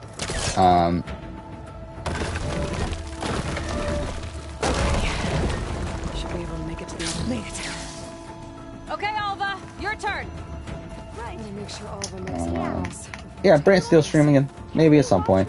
I will say I did actually just download OBS for the first time on my PC. Maybe because I plan on recording the process of come on, Alva, you can do it. It's okay. Scheduling for next year and that sort of stuff. So I was like, well, OBS is probably like the easiest way to record. So again, maybe I'll end up figuring out what. Okay, what is she doing? Figuring out what I want to do with different types of streams. Oh yeah, and Jessica. I guess I know Jessica. Oh, door's locked. You sure you're okay? Yeah. No, I'm fine. Yeah, I mean, like, really as a whole, though, don't have as big of a reaction to Australia stuff as I do with. Is the month and year the company was founded?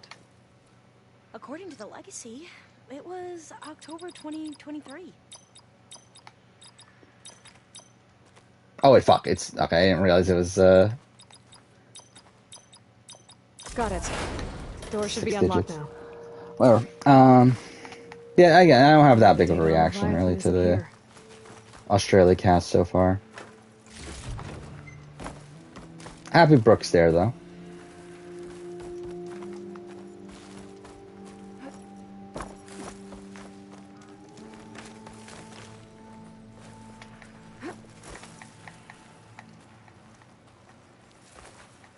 So I should cast a drag queen? Yeah, we'll be fine.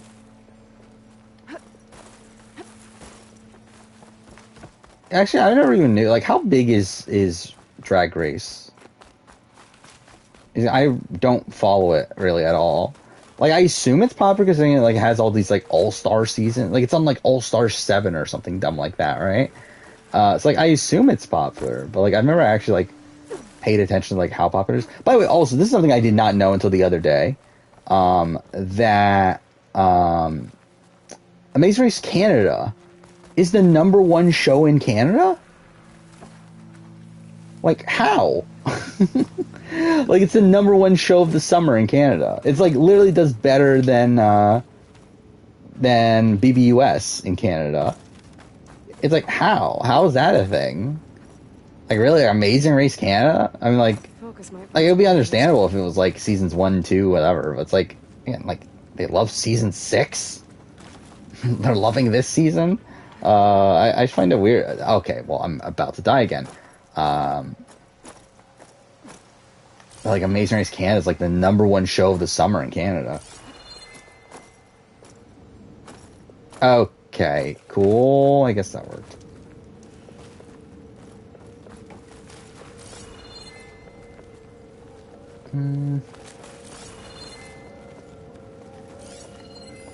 Cost reduction strategy.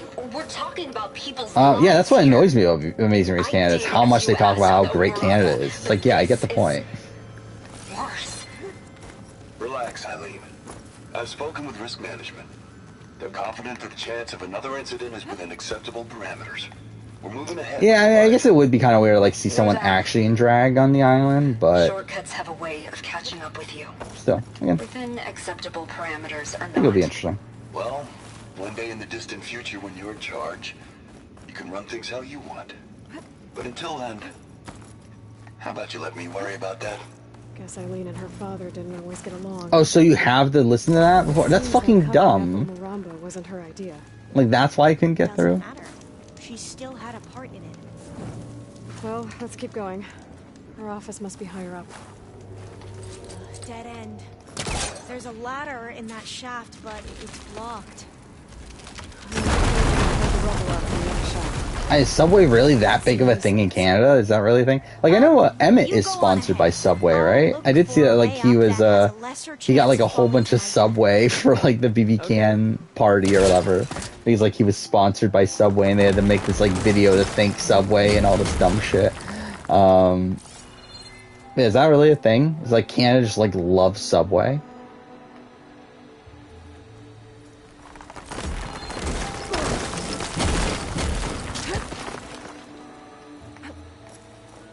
Hey, Alva? Yes? There's something I don't get.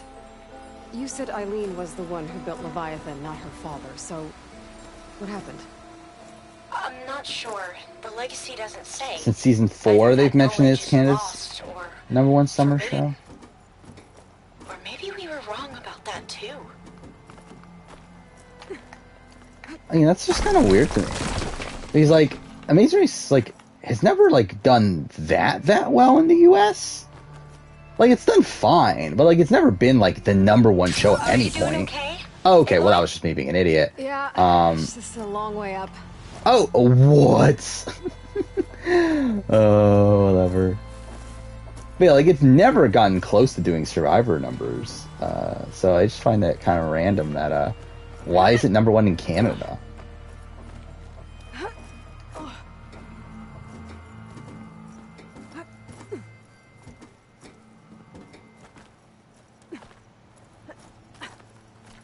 Yeah, become sponsored by Wendy's. I mean, yeah, getting free Wendy's for being on BB Can.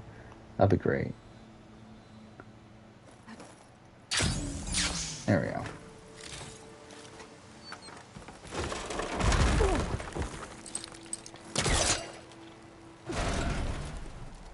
I like Subway. Like Subway's fine, but I feel like in America, like Subway's like kind of a joke, right? Okay, well yeah, I'm restarting that.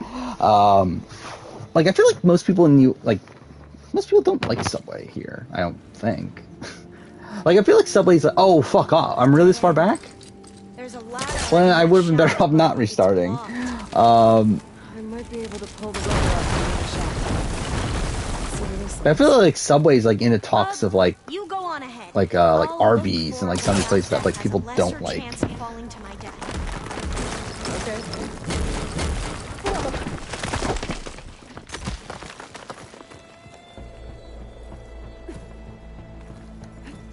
Well, no, what night one eviction for Big Brother? Yes. I mean, there's something I don't get. Like that's a lot of game to You said replay. Eileen was the one who built Leviathan, not her father. So I don't even think there's a Quiznos around The legacy doesn't say. me Either that anymore. knowledge is lost or Is there a Quiznos? Like I forgot Quiznos was even a thing. I haven't seen a Quiznos in forever. Let's see. Is there Quiznos?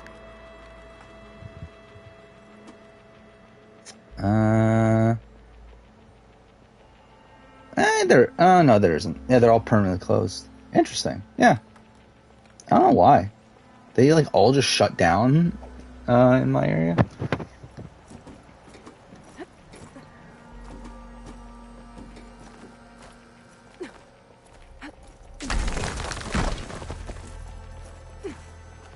Yeah, Josh Carroll, that was his name, right?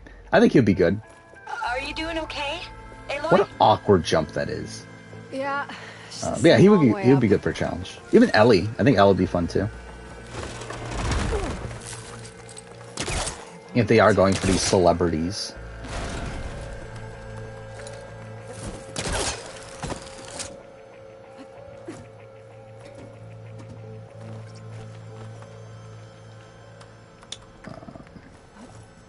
There we go.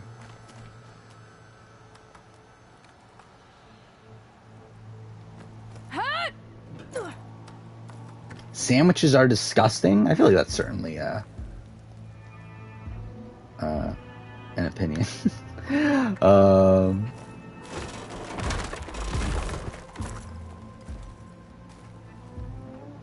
Wait. No, that's where I came from, right? That's where am I going? I remember I got lost here last time too. Where am I supposed to go? Here? Oh, that.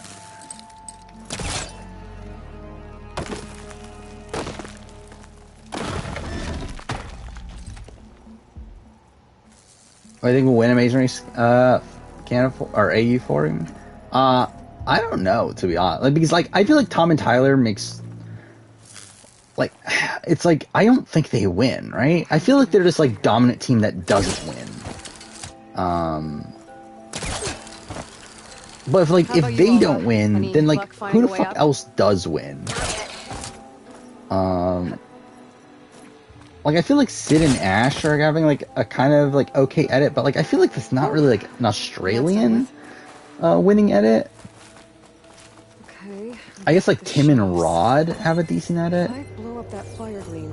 I don't know, like I feel like this is like a bit abnormal for an AU season to me. But like I feel like AU, like all three seasons, like I've had a pretty good sense of who's gonna win right from the beginning. Like this one, I don't have as good of a sense. So. Whoa! Oh, I can reach the ladder now. Be right up, Aloy. Looks like there's another floor above. Yeah, I mean, like to me, like there's no one. Like I mean, I guess like what the fuck are the boring couple? The generically boring couple that gets content about talking about their kid all the time. What's their name? Jasmine and Jerome. Like they're getting a decent at it, but it's like they don't really scream out to me as winner. There you are. Another locked door. Need to figure out the passcode. These artifacts. Gabon doesn't have a subway. I mean, These were Eileen's. how many subways are there in Africa? I feel like that's something be interesting to figure out. And maybe they'll help. Like, can you count them on one hand? I wonder.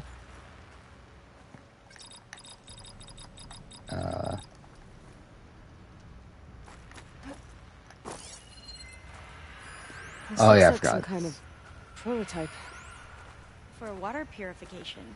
Must be the H2 flow. 2. What? H2 flow. Their early inventions had strange names.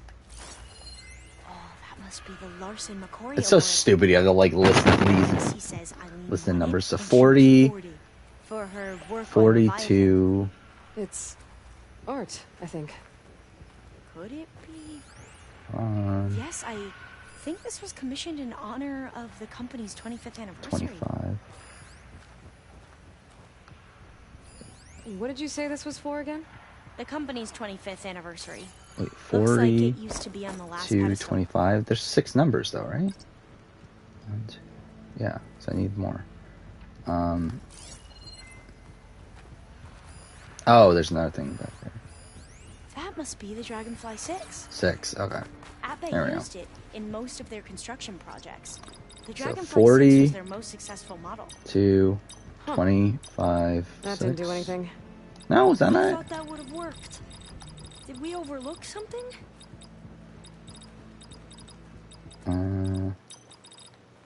40 to 6, 20. That did it. There we go. Whatever. All right. Do I think Amazing Race AU5 will have the worst winners due to how long the season is? I wouldn't be surprised if it does. Like, you never know, and like, I mean, until you watch it. But like, I feel like it's much more likely for you to have bad winners, considering there's more non-limbs. Obviously, you could have a team that comes in late win, which I believe I'm spoiled in the fact that I don't think a team that comes back wins. I don't think. Or that comes in late, I mean, wins. But I could be wrong on that. There's like 14-ish subways in Africa. That's more than I thought. Yeah, I thought it'd be like 3. CEO, chair, and worst daughter in the world. Security had to escort Dad to his. What I look like? I mean, I've said this before. Like, I'm like, look up Owen from Survivor 43, and I don't look too dissimilar from that. It's hard to see the details. People become risk factors. Shorter hair and no mustache. Far too easily. Umurambo was supposed to provide clean water, improve lives. It was easier to pretend there wasn't a problem. What's this? It's hard because do we start throwing votes for Amira to stay? I almost thought that. I don't want to take the risk.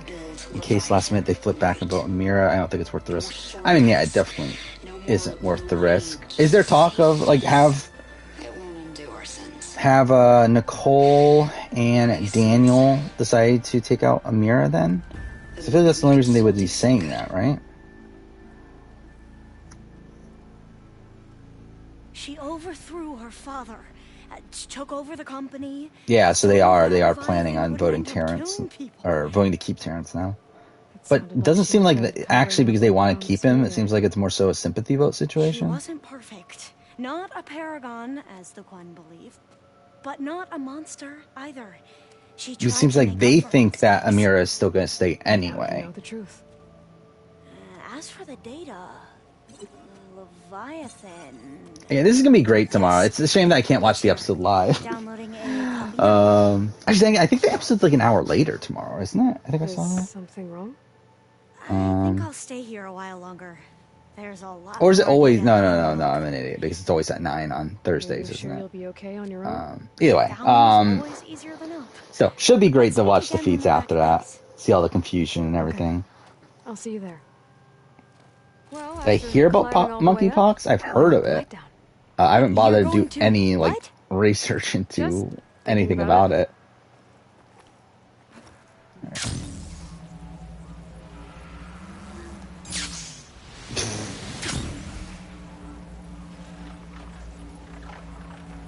You really like Amazing Race 31, 32? I did too. I genuinely do not get why 32 gets so much hate. Like, 32 is, like, looked at as, like, one of the worst seasons of all time, and I do not get it. Like, I get that people don't like strategy and Amazing Race and that sort of thing, but it is really weird to me that it's, like, universally looked at from, like, the Reddit community as, like, the worst season of all time. Where should I go? I guess we'll do Final Mission. We're still kind of early in the stream, though. Do I still not like Bo Ryan? I don't. I still don't.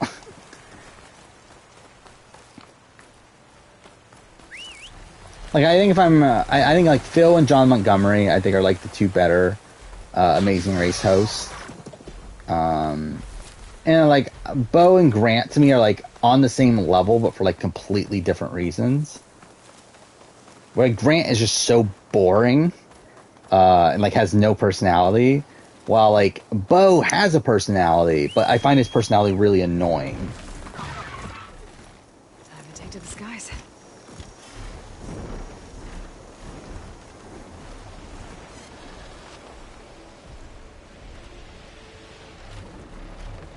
Family Edition's the worst season? Yeah, I would personally say Family Edition's worse.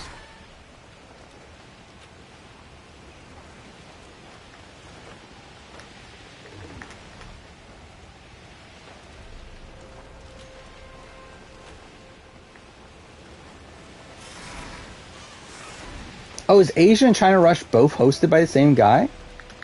I actually didn't know that if it is. Like, I knew Alan Wu hosted one of the... I think it was Asia I knew he hosted, but I didn't know he hosted both of them. It's kind of weird, though, isn't it? If that's the case.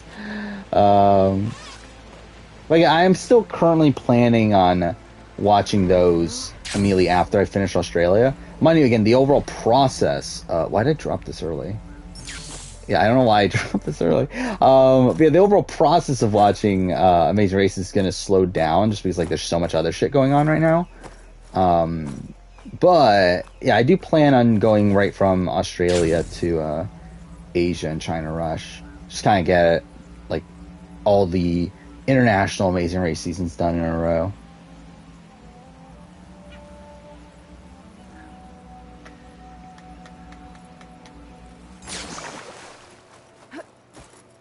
Yeah, I don't like 4 or 26 either. There. I don't remember my season ranking that well, though. I should take care of everything I can. Do I need to get shit?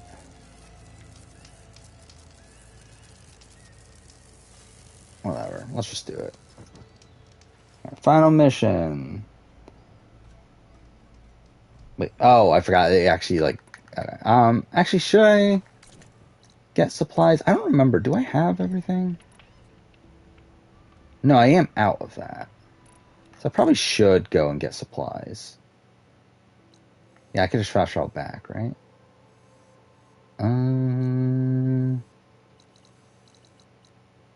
Let's go to what? Plainsong?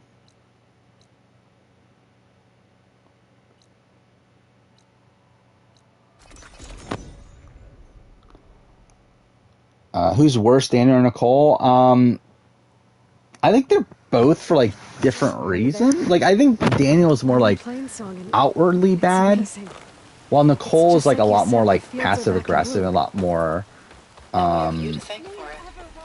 like I guess they're both like I would probably say Daniel, just because like I feel like Daniel does it more to her face while also doing it behind her back. But like they're both bad though.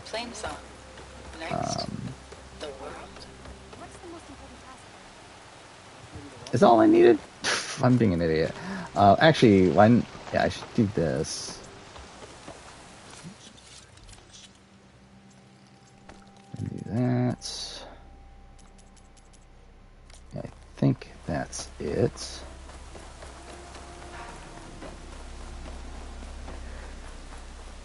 And yeah, I guess we'll just do the mission. Alright.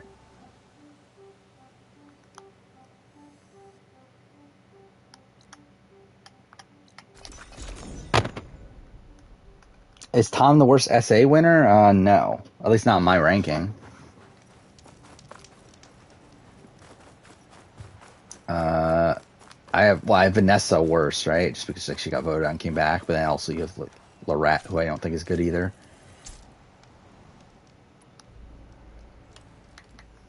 Okay, everyone. I'm at the rendezvous point. It's time to rescue Beta and Gaia. Understood, Aloy. We're like most of Amazing Race 22, except for the fact that the Alliance is blind to the fact that Bates and Anthony are obviously the best team. Yeah.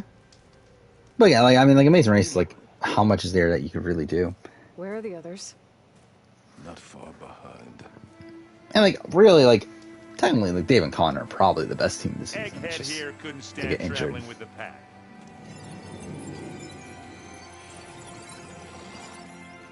Are we all here?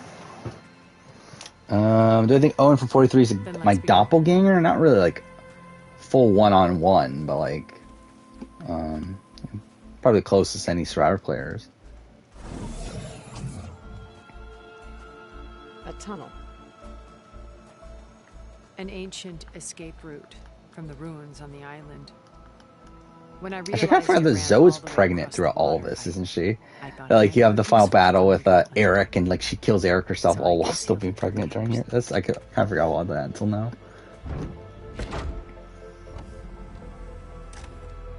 Shall we?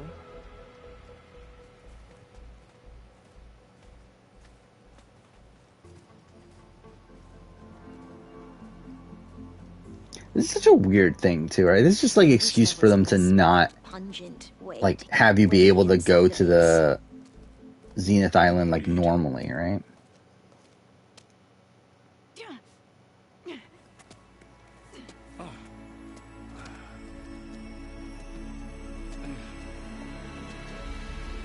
They wasted U-turn on Joey, Megan, and Mona and Beth. Again, like, I don't remember the season well enough to like remember the context behind it. But like, did they have the opportunity to do it on Bates and Anthony? All right, Alva, Catalo, get to it. Where are they going? Somewhere important. Erend, you're with me. You guys, take the high ground in case we need covering fire. Tactically sound, I suppose. What will she do? There's a sensor node nearby. If I hack into it, I should be able to scramble. Yeah, so what, this mission's gonna take what, like probably like 45 minutes or so? We're still gonna have like an hour left to stream with like nothing to do. Well, whatever. Axikea arrived at the U-turn before them. But like, did they know that though? That's the thing. Is episode 5 Champions an all-time great episode? Which episode is episode 5? You know what to do, right? That is that the Shona boot? It's a really good episode. I wouldn't say it's necessarily the best episode of all time. I mean, you get a lot of Zan being Zan. And then you have, I mean, like, the Shona David stuff's really fun. But get to the launch tower as I think there's better episodes in the season. Conceal our intrusion. Beware, Aloy. Spectres ahead. Company, follow my lead. That's what I do.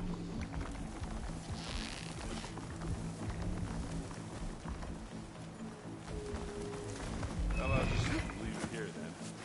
This'll help.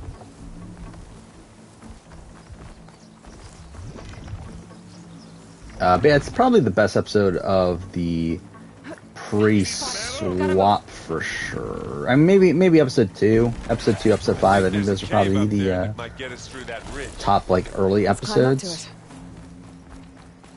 And then the swap episodes, good, but like also like weird at the same time. Oh, okay, really, I missed that jump.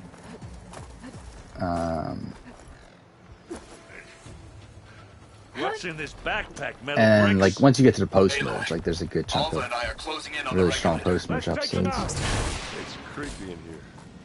Don't worry. Oh, okay, well, that's lovely. When I think the best time to do season 1 through 4 retrospectives, I don't know at this point, to be honest.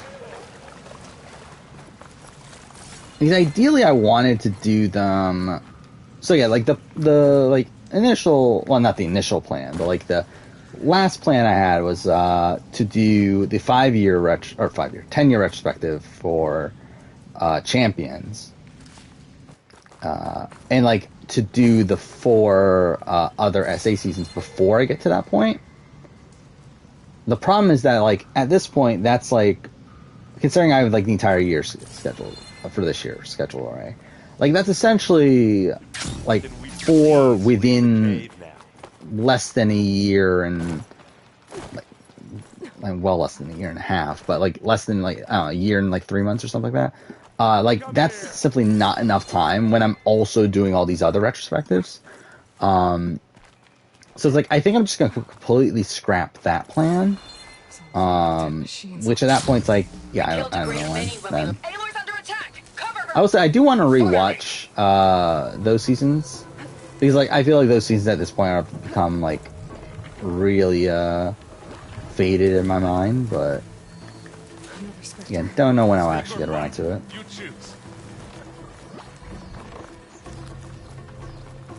You just go here, right? Tired yet? Yep. I think we got through without being seen. If they do another eco challenge, will I do a video on it? Probably not. I mean, didn't I already have the channel when they did the last eco challenge? With who? But yeah, it's not really a show I care about. And when was the last season? It was like 2019 or something, right? Yeah, so I already had the channel by that point. Oh, it actually didn't air until 2020. Either way, like, yeah, so I already had the channel at that point.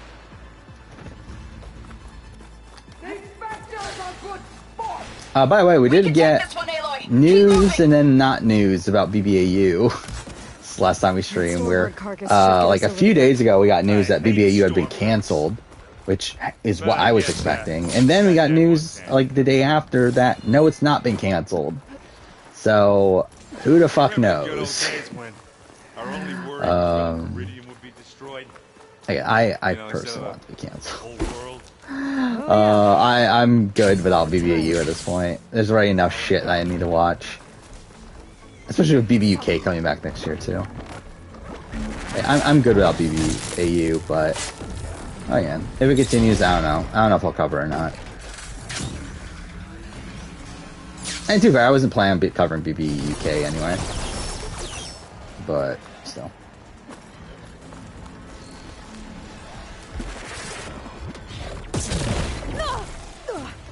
Oh, okay. Yeah.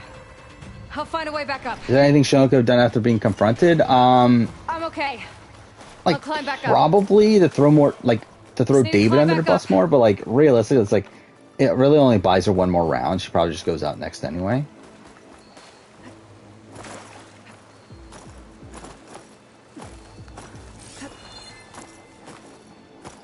Okay. Well, this is kind of dumb. But like, not really though. Again, it was so close to tribal too, right? It's like, it would have been tough.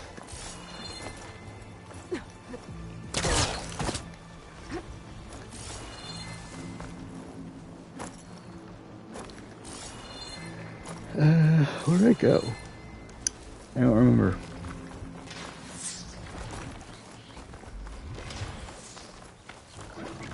Here, up this rock.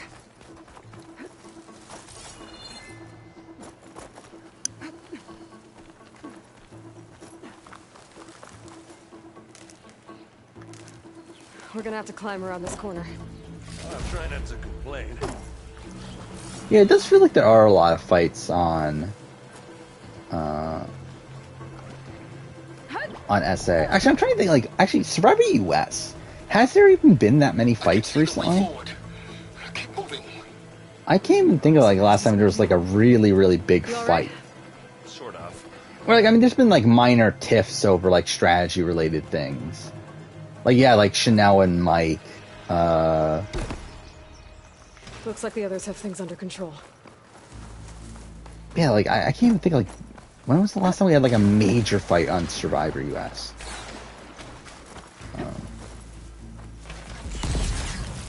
Oh, did I say BB? Wait, Big Brother, we've had it. I mean, like, Survivor. How many specters does Zenith have? More than we want to fight at once, that's for sure. I'm okay. Yeah, I'm okay. Game?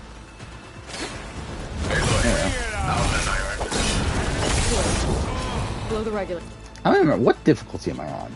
Man, oh, I'm on normal, okay. Yeah, we'll keep While I ignite the charges.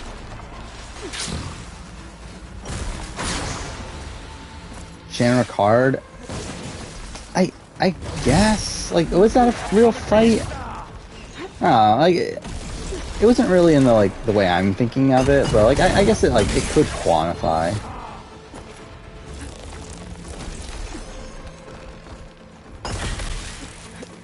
Because it wasn't really, like, I mean, I guess there were, like, parts that were a fight.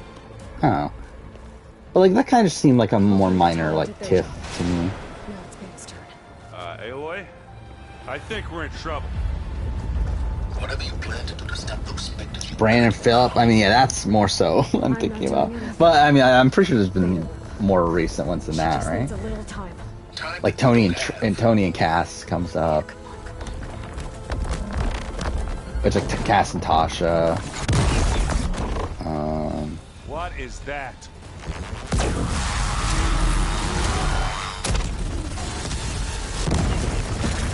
Nally had to get in a fight with someone, right? Our army. Nally Cole. Anyway, it feels like it definitely isn't as common as it used to be.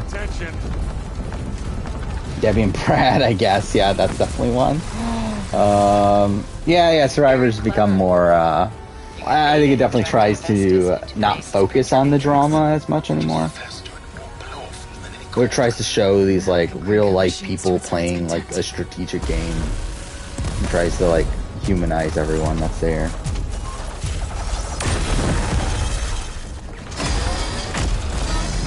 Yeah, we need more people like Martinez. Hey, did Martinez get a mention? He did, right? On the season? I don't remember anymore, actually. I know he did preseason. Come on. Let's get to the launch tower before this whole place... Who was... Someone said that, like, answered the question of, like, who's the player you don't want to play with? And the answer was Martinez. I don't remember who it was. But I think... Didn't Kevin mention Martinez? As clever as it is, means that Hephaestus has escaped containment. It will no doubt flew back to the Cauldron network. We grabbed it once. We'll get it again. Or find a way to replicate its functionality, perhaps. Game? Thank you.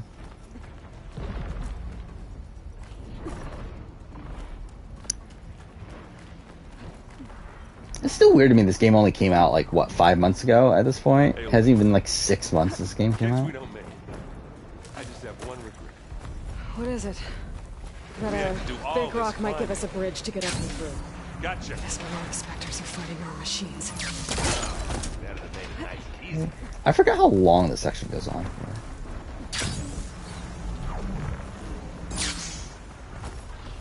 Pick it up. Need it. It's not beer. Yeah, I feel like Big Brother still provides, like, a lot of drama, typically. But, yeah, Survivor... Like, I don't know if it's, like, it's happening, it's just, like, they don't bother showing it anymore. Or if it, like, legitimately just doesn't happen. I think, like, a lot of that probably just shows, like, the maturity of the cast as well. Where I think, like, Big Brother just casts a whole bunch of immature people. Wait, how the fuck did he come in from there? You can get to the launch tower through the hangar up ahead. I'm heading over to join you now. Well, Survivor tries to, like, the hangar's in bad shape, but I can see cast people who actually, like, know what they're doing, I guess. And the fact that Daniel and Nicole are two of the oldest people on this cast is insane to me. It's like, they're probably, like, the two of the most immature people on this cast. Yet they're, what, 45 and 41? Or not 35 and 41. Like, Daniel's 35, Nicole's 41, stuff like that. It's like, it's insane to me that, like, they're two of the oldest people here.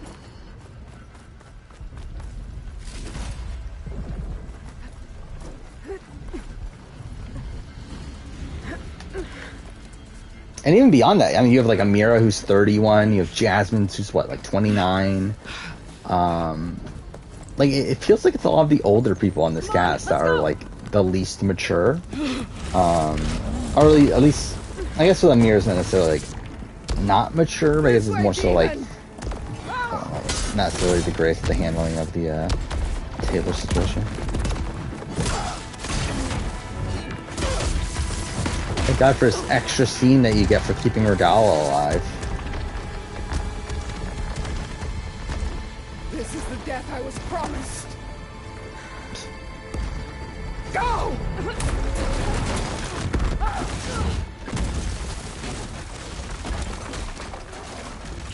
Their boss was 22 years. Actually, that is, that is funny. That, the person that was, like, running the game week 1 was the youngest person on the cast. At least she died on her own terms.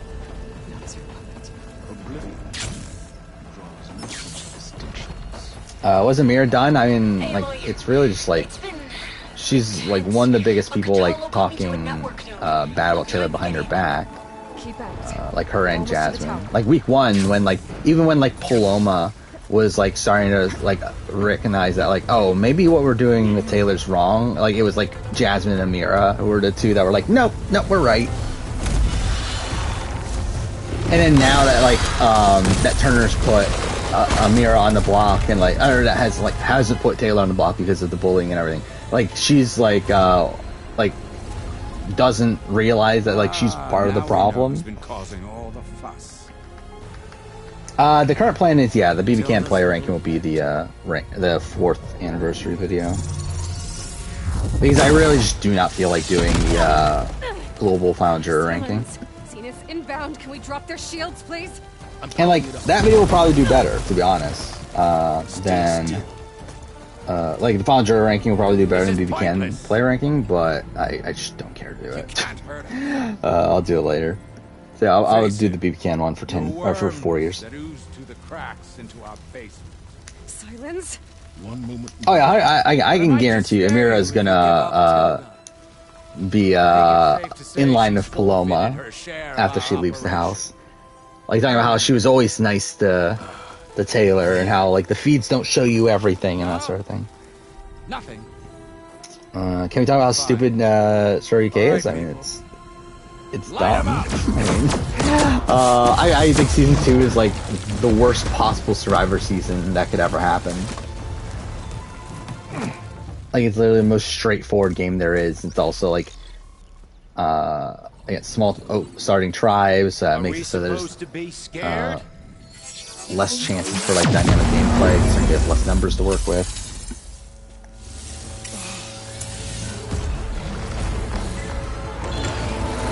Given Amira's job, she'll make a generic apology.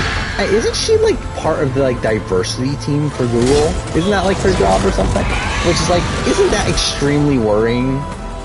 Okay, that's kind of loud. Oh, have I left that at 100%? I didn't realize I left it at 100% this entire time. Actually, that's kind of low. Maybe we'll keep that 100. Yeah, that's fine. We can't let Gerard escape. It won't take long before he preps the do I like CPay? Yeah, that's just fun. From Island Secrets, I'm assuming. Yeah. I'm surprised she's not on current season. We gotta go through there.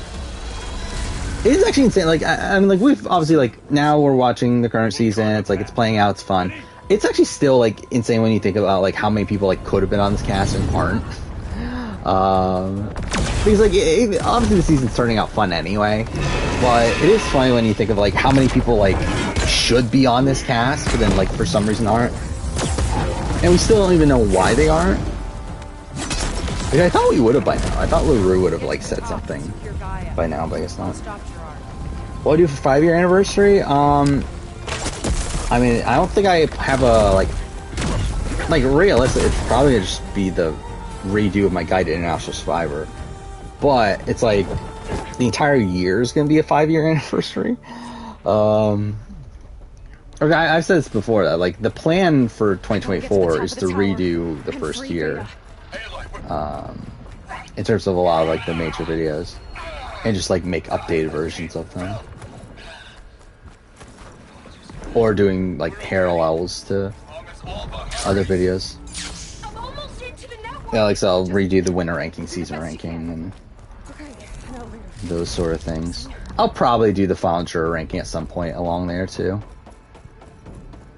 Because, again, I want to do it at some point. It's just I don't feel like doing it soon. Especially when I'm also going to be doing the BB Can player ranking. Which is also like a really long video in itself, so.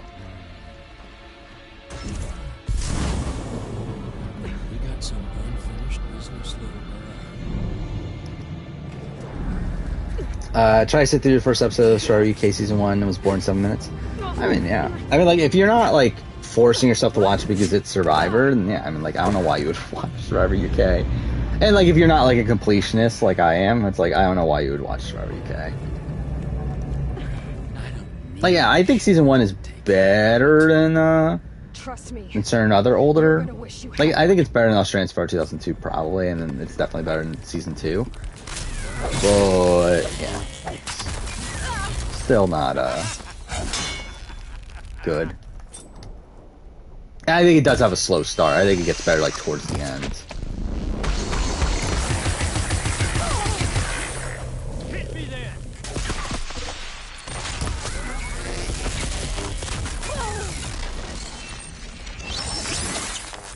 Is Mira getting blindsided? Yes, she is. 100% blindsided.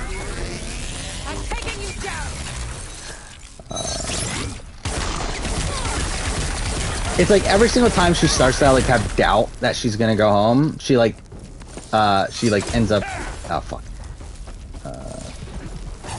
She ends up like convincing herself that she's like 100% safe. Okay.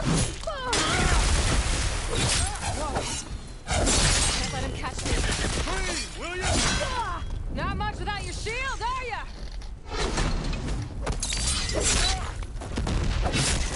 Oh, I missed? I didn't realize I missed that.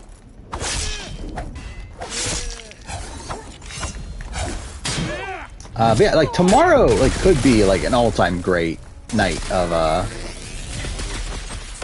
well, Big Brother, and then also actually, really, the episode should be fantastic too, right? Because like tomorrow we're gonna get the actual nomination. I'm worried we're not gonna get as much of the fallout as what we could.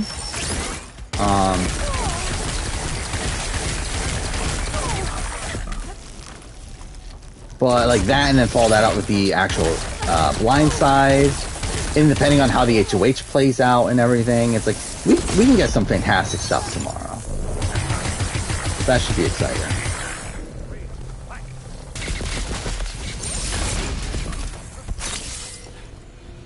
That was kind of an anticlimactic way to kill him.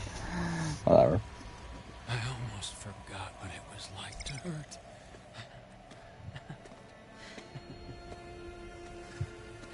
Looked at the cast earlier. I was shocked to see Tony. I wasn't that surprised at Tony, personally. Now we're having fun. I think when we're doing like pre-merge versus post-merge, I think Tony's like, yeah, maybe like, I don't know if she need to be there, but like if we were just having a general All-Star season, I think Tony would have been a pretty likely person from Philippines. Okay, I will be in time.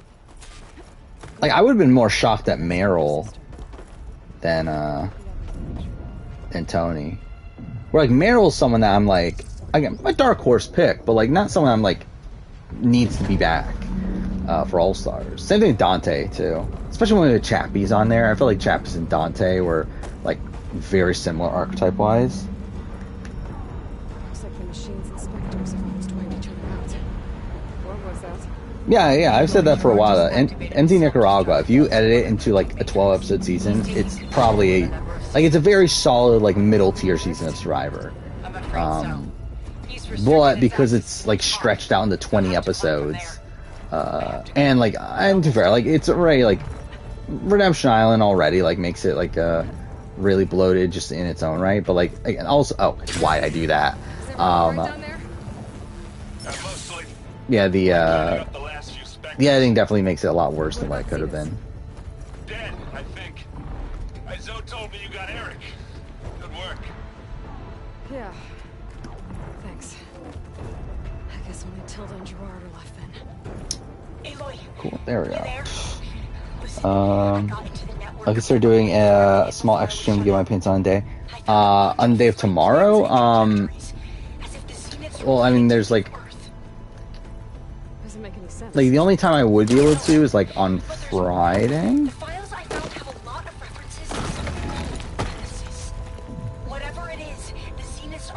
Which like I could, but I don't know if I will.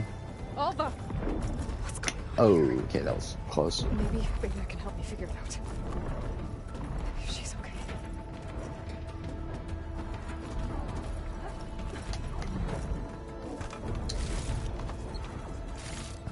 Especially because I really want to get through the editing of these videos at this point. I have 5, like, so again, I'm doing that recasting video, and then I have 5 video game videos to edit.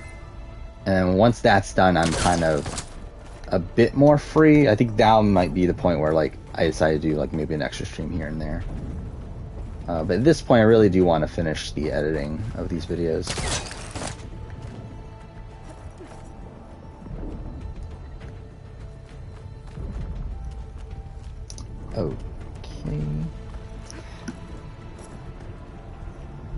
Like Australian Survivor does really well here in NZ for some reason. Actually, when did Nicaragua? Nicaragua was after season 1 of Australia, right? It was 2017, right? Was Nicaragua? Which, yeah, season 1 of Australian Survivor did really well, right? And season 2, like, was a bit of a dip.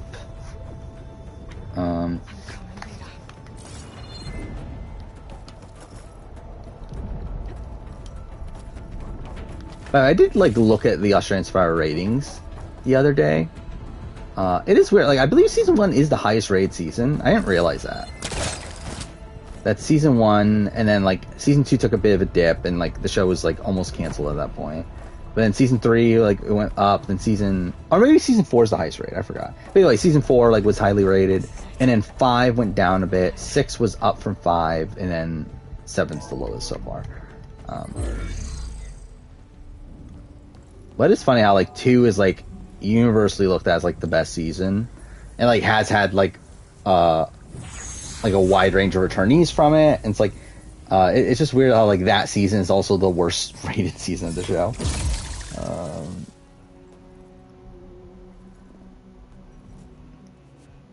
Yeah, no finalists were allowed for SA9.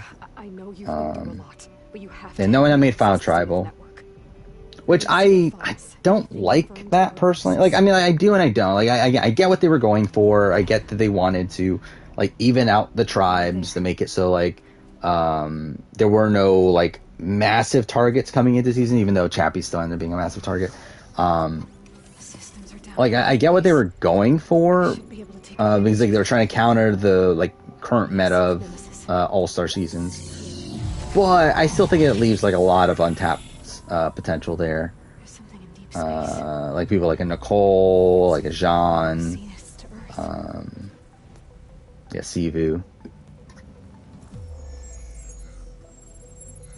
Yeah, Digimon Survive came out, which when did that thing get announced? Like I feel like I haven't seen anyone talk about Digimon Survive. But yeah, I did see the other day. Yeah, it did come out, so that's something. Like, I have not seen, like, any reviews for it either. Like, did it get good reviews or not?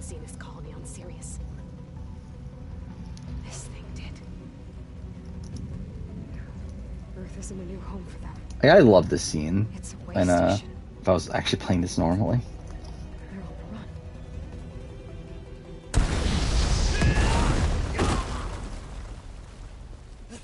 Yeah, why are there, like, no reviews for Digimon Survive?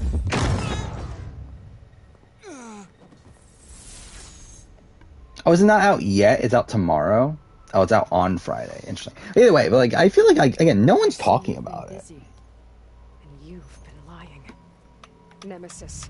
Like, you would think there'll be, like, more buzz around it. I mean, I guess, like, how much buzz was there for, like, Cyber Sleuth and that sort of thing? But still.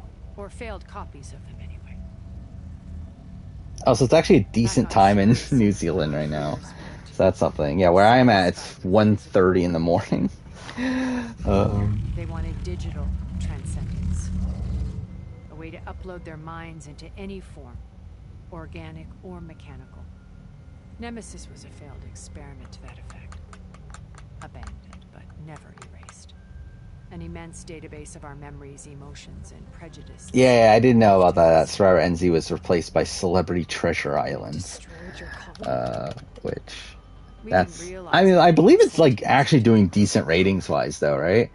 It had everything it needed from our memories. It's like, from a network perspective, like, at least it worked out for him, I guess.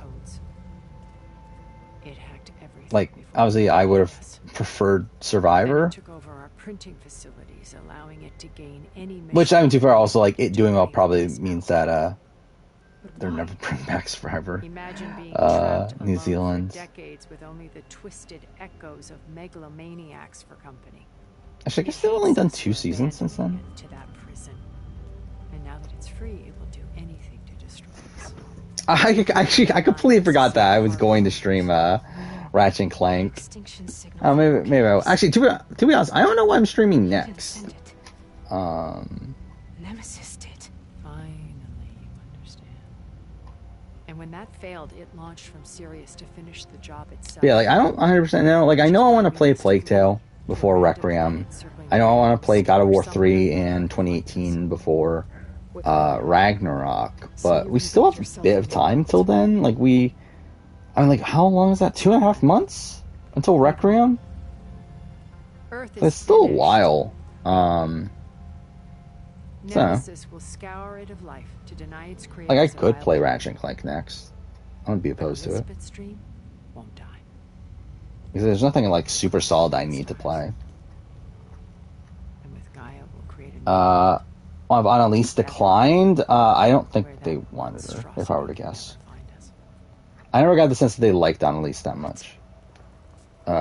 She got like a pretty quiet edit for like most of the season, and like her content like skyrockets, but like she gets more content like towards the end of her run, but like she was never like that prominent in the edit. Now she stands before me again. Not some inferior. Yeah, like at the final 8, she's like, or really final 9.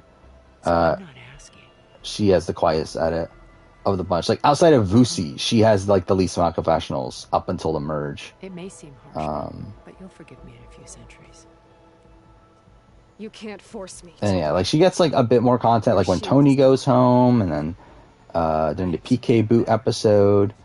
But she's I never really got the sense that they liked her that much, where they would want to bring her back out like 10 post-merge players.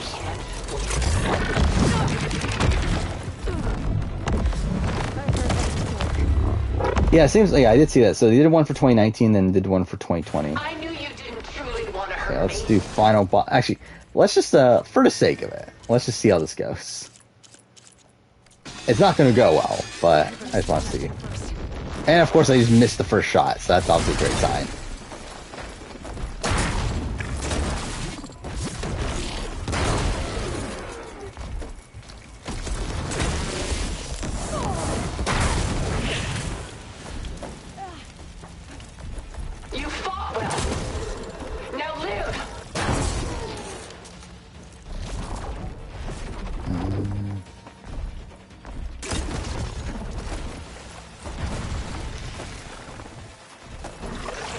If it's a final 3, yeah, I'm pretty sure Annalise wins.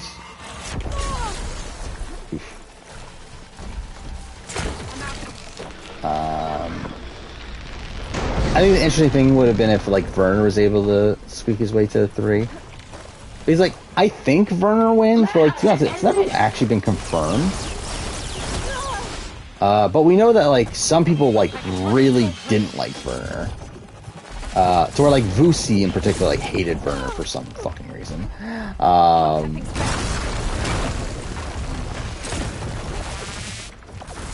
But I find Vusi like one of the funniest like figures in Forever SA. To where like he's okay, well that's cool. He's like such a nothing character for like most seasons. Yeah, he has like such a massive ego for like no reason.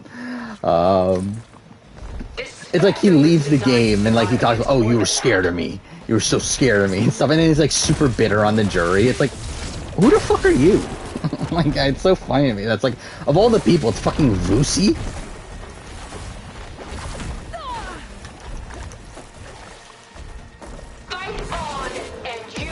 Is that a thing? Celebrity Treasure Island has 2 hosts? Now, I never liked 2 hosts for like really any show, because like usually most of the time it just leads to like one of them not getting as much time anyway. Like I don't really get the point of 2 hosts.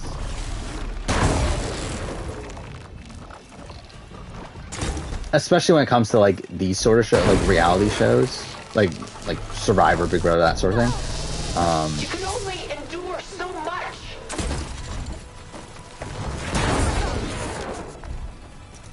Hit those gold plates.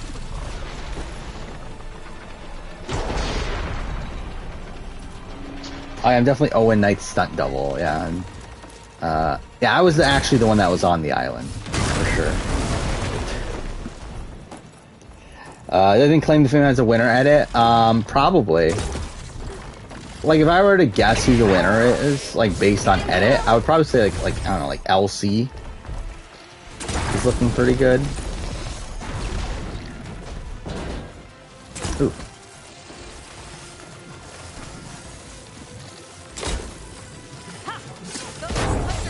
Fuck me, I just hit, oh, fuck off. I just, like, injured myself. That was just idiotic.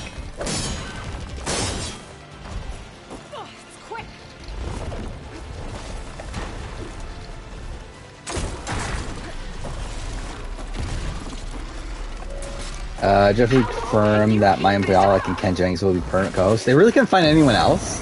That's kind of funny. I mean, like, dude, I don't think they're bad. Like, I think Ken Jennings, like, fully makes sense. But it is funny that it's like, why even, like, bother with this, like, search to find a new host when you're just gonna, like, end up picking, the ones that, like, replaced them initially anyway.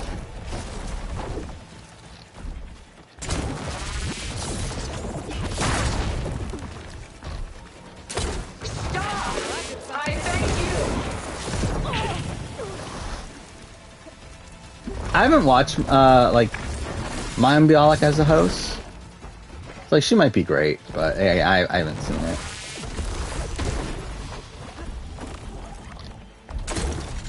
Now, she seems like a decent pick, though.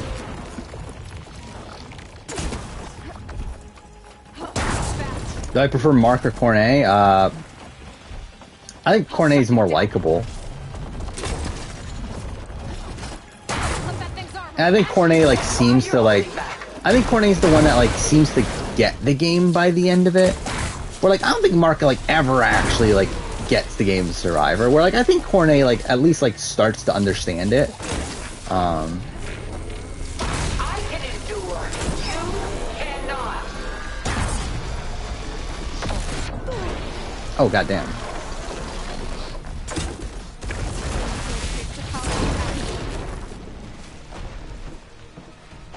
Oh, I can't... Oh, fuck, I'm out. I didn't realize I was out.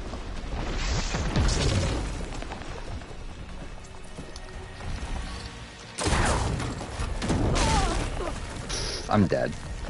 I came close, though. I'm actually kind of, like... okay with getting this close. That was kind of a funny, like, little line.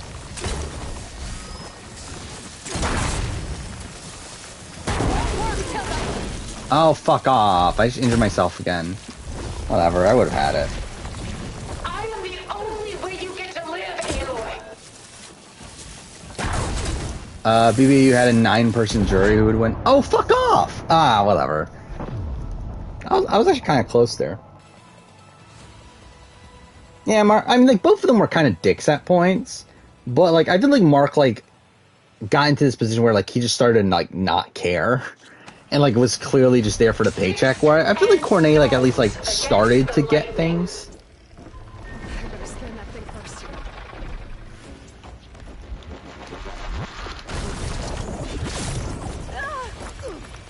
So that's, like, something I liked from Cornet.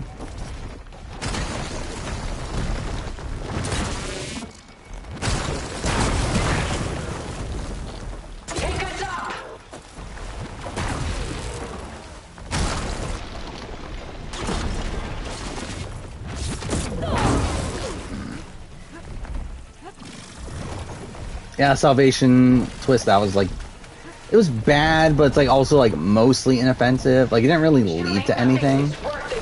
Like, it was really just an excuse to still have the champions in the game, like, after the merge.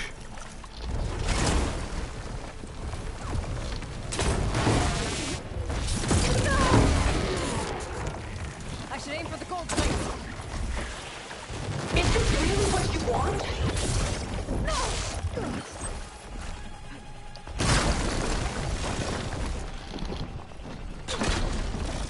God damn it.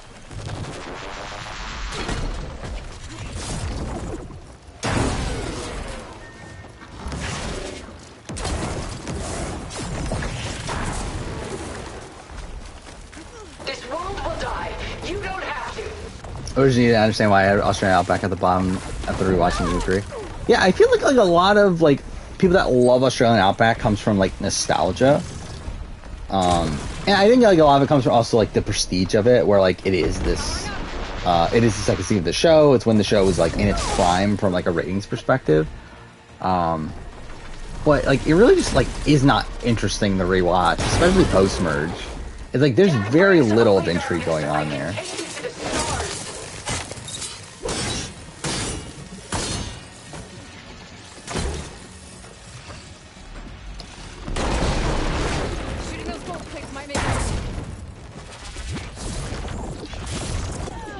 Oh, fuck off. Okay, well, I'm just gonna turn down the difficulty. I'm not gonna waste this much time. Yeah, I think Reggie would still win. Actually, I don't know. If we're doing a 9-person jury, if it was like a jury of the entire cast, I think Reggie would for sure win. BBAU. If we're doing a 9-person jury, like if I remember right, it's a lot of the newbies made it far, right? So that might actually change some things. Let's see. So we're doing 9-person jury. We got Brenton is a vote for Johnson. Alicia votes for Johnson. Tim votes for Johnson? Maybe? It's either Reggie or Johnson. I think he might go Johnson. I don't know. Who does he vote for?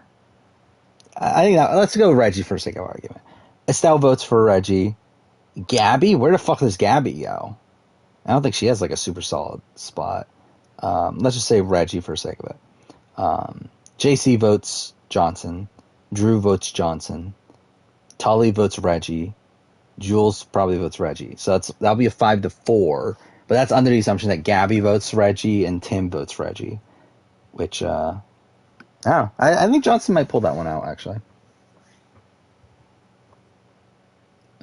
Actually, I do wonder, like, who would win BBAU jury votes? If that was actually a thing. Yeah, you got what? Last season, like, Ari would probably vote Christina. Danny would probably vote Marley. Sid would probably vote Marley. Adriana, I don't even know where the fuck Adriana would go. Tilly would vote Marley. Charlotte would vote Marley. It's probably like a Marley landslide. Yeah, Mary votes Marley. Jess votes Marley. So yeah, it's probably like a Marley landslide there. And then who wins AU 12? That's even more of a clusterfuck. You got Chad, Sophie, Daniel. You got Matt votes Daniel. Sarah votes Sophie? Kieran votes Sophie? Casey votes Daniel. Marissa, who the fuck knows where Marissa goes? Who the fuck knows where Xavier goes? Who the fuck knows where Hannah goes? But still. Yeah, that's actually I think that might be the only one where, like, the winner probably doesn't win a jury vote. Why you're holding back? Oh, I didn't change the difficulty. Do I change the difficulty? Oh, fuck it, let's try it one more time.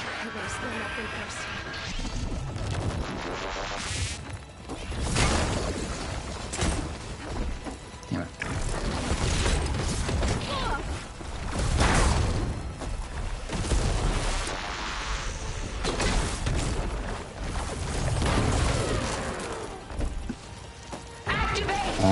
BBU would be interesting with jury votes. Yeah, I mean, like, I don't get why they didn't just go all in. Like, I really feel like they really just did the half measure that, like, no one is happy with. Yeah, there's no way I'm doing this. Let's just, let's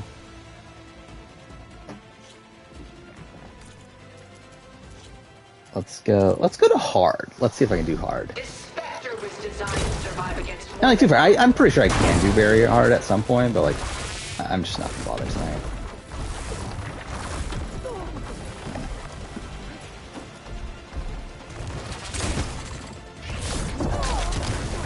I'm almost dead already, whatever.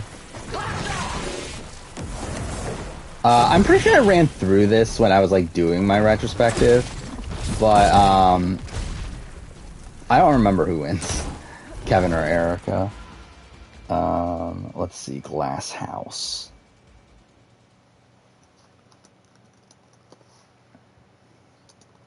Because I think it would be like very split, right? I think Kevin wins, right? But I think it's like, again, it's pretty close. So if we're having like the entire cast as a jury, yeah, like Jeffrey votes Erica, Mike votes Kevin, Gene votes Erica, maybe. Because that one's kind of like, it could go either way. Stephanie votes Erica, Joy votes Erica, Holly votes Kevin, Ashley votes Kevin, Robin votes Kevin, Apollo probably votes Kevin, and then I mean, Alex and Jacob, like, I guess they could be swings, but I think Kevin, like, if we're doing the entire, like, I guess, like, probably Jacob wouldn't be part of the jury, and, like, Alex would, like, almost, like, could potentially cause a tie, but I think Kevin would have an advantage, but if we're doing, like, again, like a 7-person jury, I think at that point Erica might win.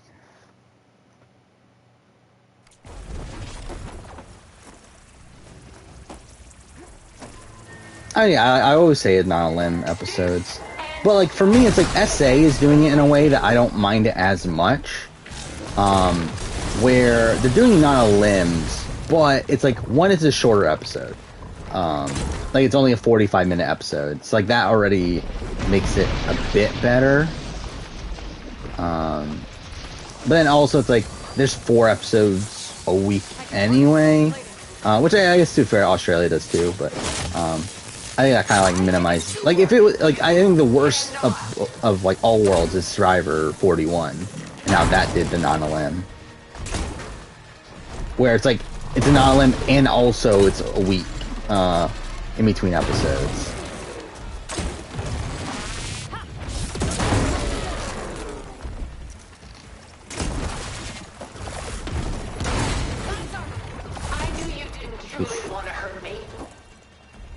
Australians would probably fully stop caring if they couldn't impact the game. Probably, but like I think I think at that point the issue is like the fact that it's still called Big Brother, and it's not the Big Brother they know. Where like I think at that point, if it was just wait, I didn't realize I knocked it down. Yeah, I'm not gonna have enough time, am I?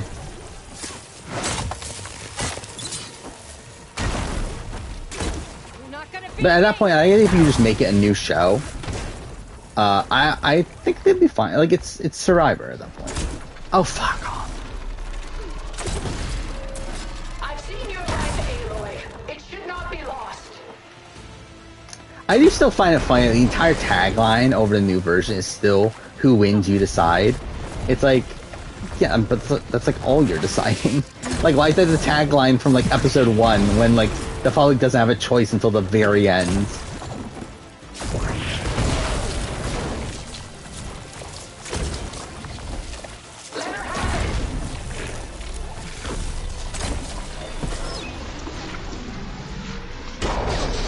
Oh, I don't have any more. Oh, fuck, I didn't even pay attention to that.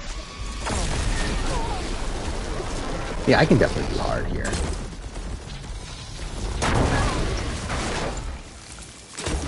It would be nice if I didn't just injure myself, though. How come Jacob quit the game? I mean, like, I believe it's just like a mental health thing, right? They just got, like, super depressed after he got, was up for elimination. This Spectre was designed to survive against more than that. This is a funny final boss, though. It is funny that they decided to make the final boss, like, literally kill the gang in a massive fucking machine.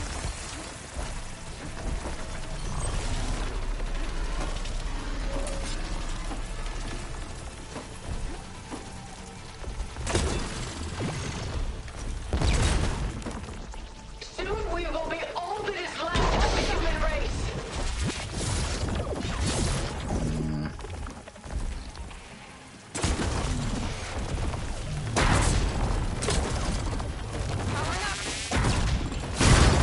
Oof.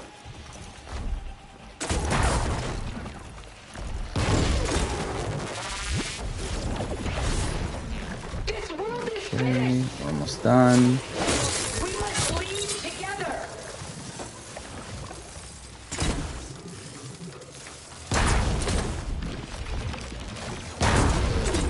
Almost there.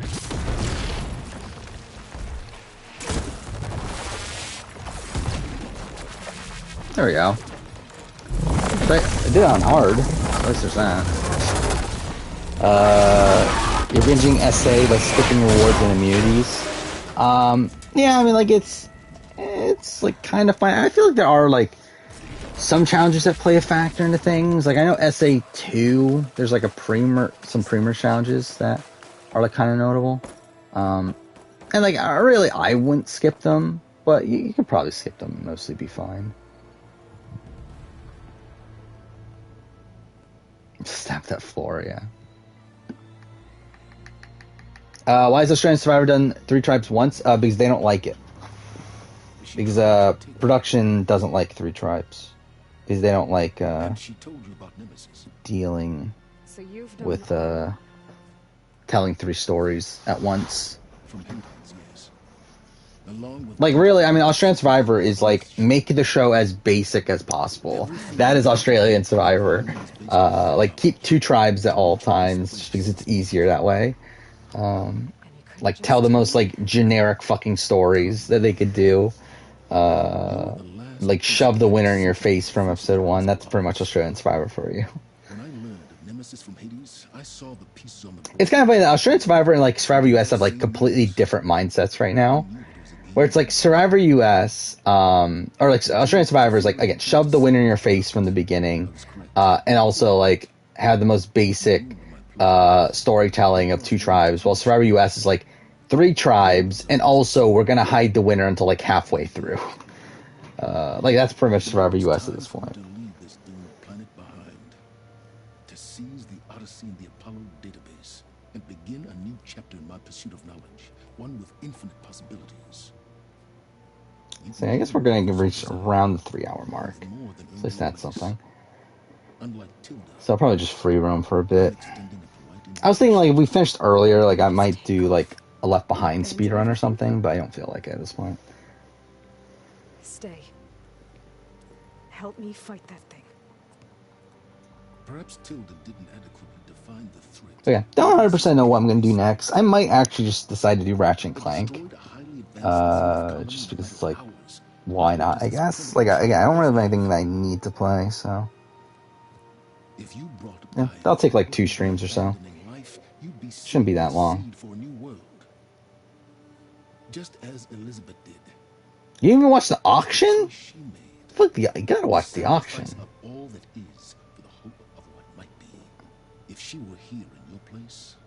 I mean, like, usually when I'm like, if I were to rewatch those seasons and like not do like retrospectives or anything of them, I would just use that as like kind of free time. Like, I would still like have it on, but like I just like wouldn't be paying attention as much during them.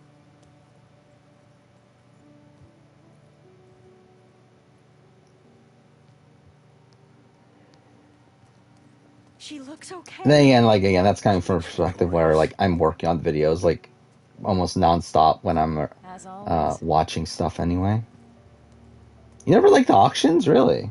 Yeah, I've always loved the auction. I mean, like, the auction's not really like, I don't really care about the auction itself. I more so care about like what the auction brings out of like the players.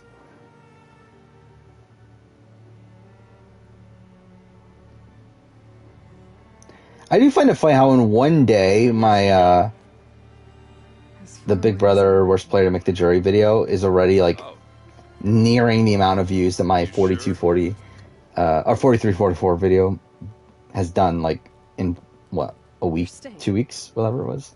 I do find it funny that, again, I still find it funny how much that video bombed. But what are you gonna do? Does anyone else need a drink? Not if it's that ale of yours. I'd be fine with a nap. Excellent idea. Hey, if you told me like any Survivor video was gonna bomb, I would not have guessed it was the 4344 video. Or like it's like stabilizing at around like what, 5,000 views or so.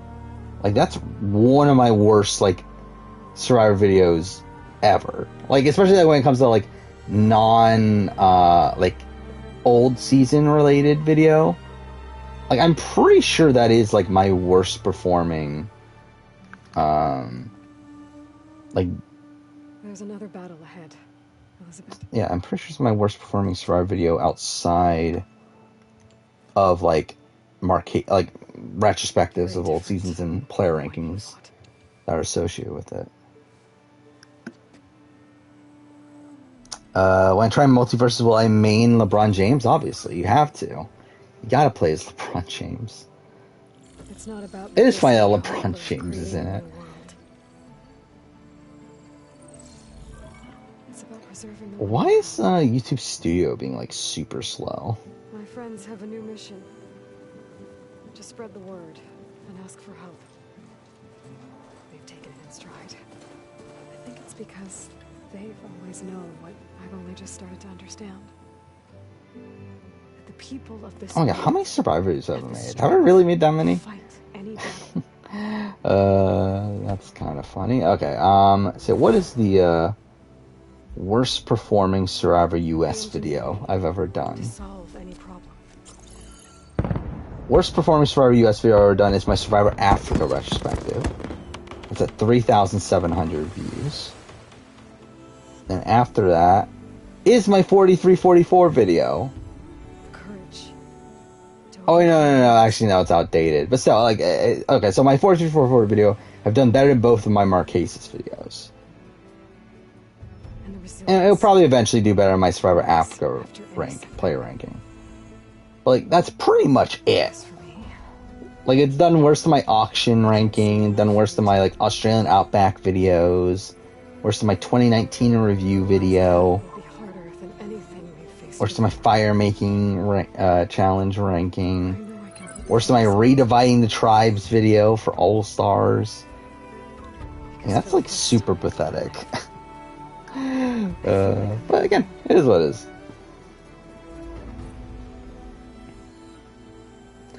Like, it's something I haven't actually paid attention to. So, like, how many Survivor 43, 44 videos are there? Let's look up Survivor 44. So you got Russell Muscle, which, like, my video is more than Russell Muscles. So that's something, I guess. So, Once Upon Island's got more views, which is, like, that's not surprising, considering he has, like, what, 4 times the subscribers at this point? Yeah, he's at 40K, so that's something. That's pretty much it. So it's only those two. Actually, is Survivor Spencer back? Survivor Spencer's still not back? He hasn't done a video in almost a month now? What are we going to do without Survivor Spencer? Well, Survivor 43. So I got 43. So I'm pretty sure a lot of people have done 43 at this point, right? So Once Upon Island's done a few. So you got Russell Muscles. Actually, even Russell Muscle hasn't done a video in a bit. It's been 8 days since Russell Muscle's done a video.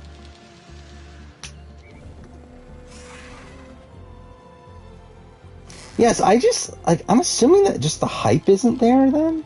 For 43 and 44? Because, like, I mean, I guess, like, in retrospect, it's like when I think of, like, the previous ones I've done. So, like, obviously it was 40, which was obviously, like, a massive deal. And then you had 41, which was, like, the return after COVID. So I guess, like, 43 and 44 doesn't seem as big of a deal. So I guess it kind of makes sense that it wouldn't do as well. But, like, the fact that it does, like, it bombs so much is what's funny.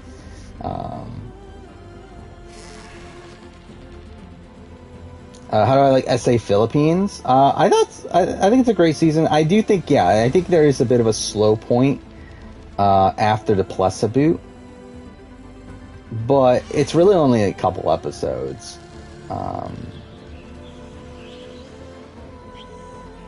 So it's like, it's still a great season as a whole. Again, just a really train wrecky pre-merge. You can tell how lazy Australian Survivor is, even after the tribe swaps, the tribes keep the names. Yeah, I mean, that's also a thing. Yeah, like, at least Survivor US, like, they changed the names, right? Like, David vs. Goliath, they changed the names of the tribes after they swapped. Like, Miller's Jacks technically had different names. But yeah, like, US, like, changes the names. Yeah, like, with Australian Survivor, they don't even bother. We're still the Blood and Water tribe. We're still the... I mean, too far, Blood and Water's, like, nothing names anyway. But yeah, the... Oh, fuck, I'm gonna get a copyright claim, aren't I? That really matters. Yeah, the Championship Contenders one is the more egregious one. And Brains and Brawn. And Heroes vs. Villains is going to be funny too, because they're going to do the same thing there, aren't they? Actually, I never paid attention. What is my Australian Survivor video doing nowadays? The video is the first one to come up, so that's something. 5,000? Okay, that's fine. Yeah, I have the top performing Australian Survivor Heroes vs. Villains video, for whatever that means.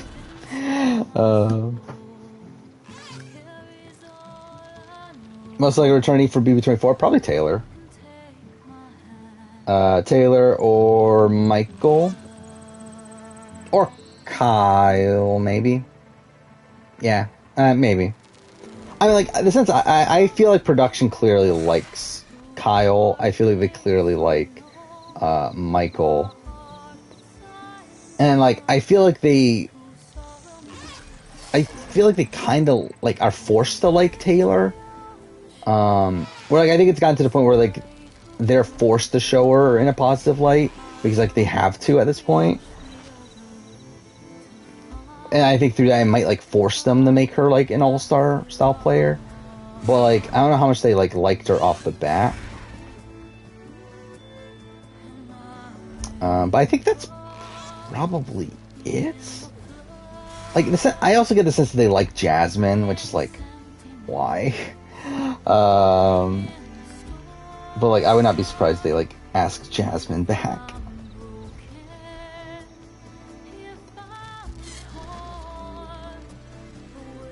I know PK and Tevin have unfortunate fates in SA9, but I hope Kalesta pulls through. Yeah, me too.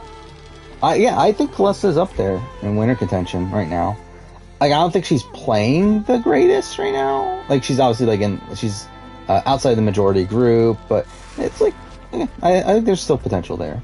And I think edit-wise, it's like, if I'm reading into Survivor SA edit, I think she's definitely in there for shot.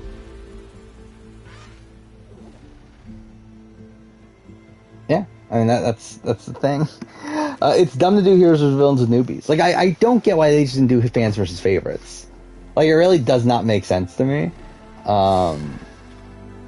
Like, it just feels like such an easy thing to do is for them to do fans versus favorites. And they were like, nope, we gotta make it harder on ourselves, so we're gonna do Heroes vs. Villains. Because again, like, based on the rumored cast, it's like, it doesn't even make sense to split this group into Heroes vs. Villains, especially from the women's side of things. So it's like, I don't know what they're doing. Like, and really just in general, like, I don't think Australian Survivor has that many, like, female villains.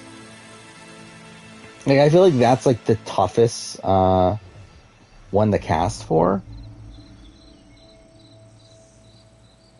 So then Heroes vs. Hustlers. I would not be surprised if they do that down the road. Which, I mean, like, is essentially Heroes vs. Villains, right? At that point. Like, you're just not calling them, yeah, you're just not calling them villains. But I guess, like, they wanted the branding, right? Like, really, I think that's what most of this is, that they just want the branding of Heroes vs. Villains.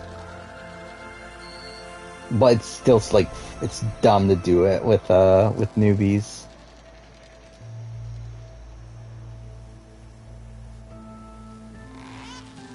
I think they are going to name it here. Like, I can assure you, they're going to name it Heroes vs. Villains. That is Australian Survivor for you. Is to take, like, the most brandable title they can and use it, even though it doesn't make sense.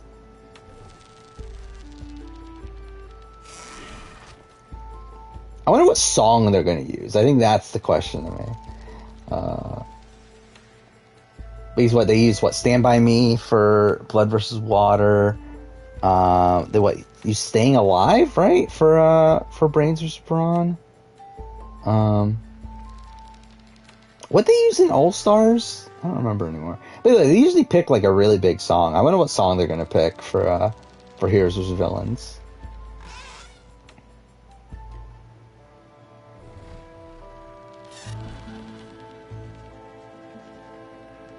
Oh yeah, My Way, right? Isn't that what they did for All Stars? Yeah. So like I do wonder what song they're gonna pick. Well, I think we could skip this at this point. The thing really goes on forever. Oh, there's another fucking credits after that? Yeah, I can assure you, they're already, like, prepping up all these, Oh, you got a trophy for... Oh, yeah, I forgot they added in new trophies, too, didn't they? Congrats on completing New Game Plus.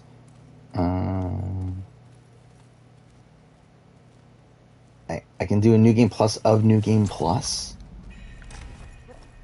which I probably won't do. They still didn't fix the glitch. This glitch is still there, where like when you finish the game, like it glitches out and like plays all the title cards at once. It's like you would think they would have fixed that by now. It's been out for like 6 months now. It's like, how hard is that to fix?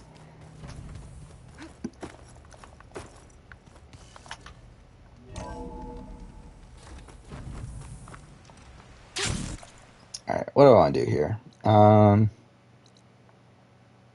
Should we do tall necks?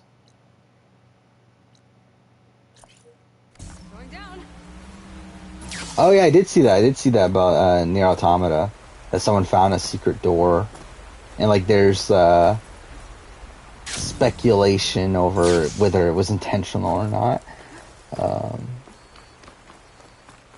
Yeah, I mean, that's interesting. I don't like... I don't know if it was like Yoko Taro just like putting it in there to mess with people, or if it was like legitimately just like an old section that was supposed to be part of the game and they cut it out. I think it's probably the latter, but you never know.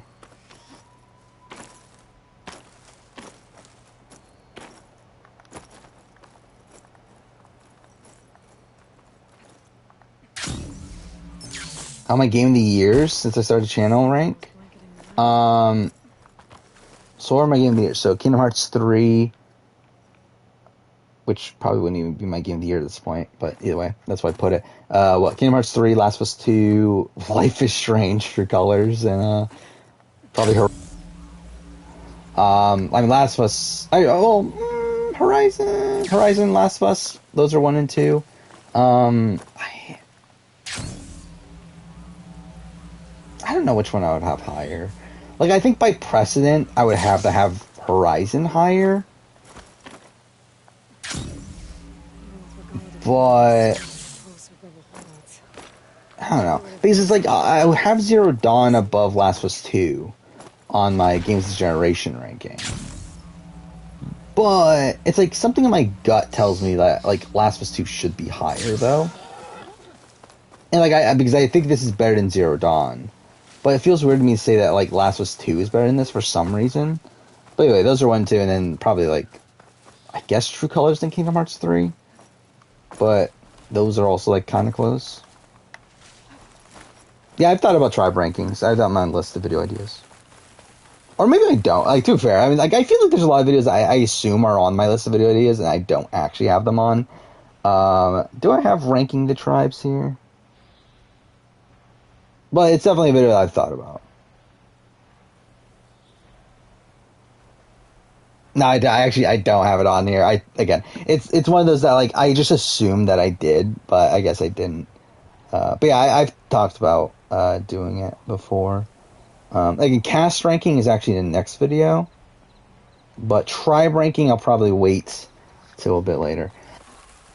So it's like I'm so far removed from it that I feel like I would need to play Kingdom Hearts 3 again.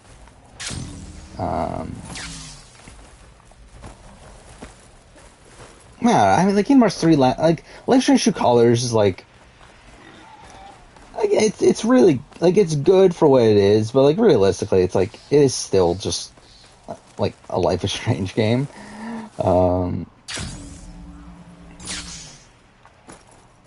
like my problem with Kingdom Hearts 3 is like again, like the first like 2/3 of the game are like pretty pointless, especially from like a Kingdom Hearts point of view.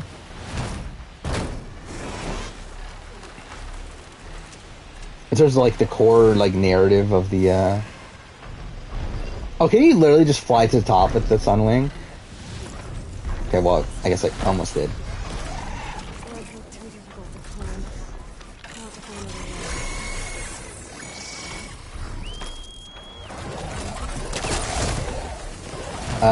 Best Kingdom Hearts 3 World? I don't remember because I haven't played it in forever.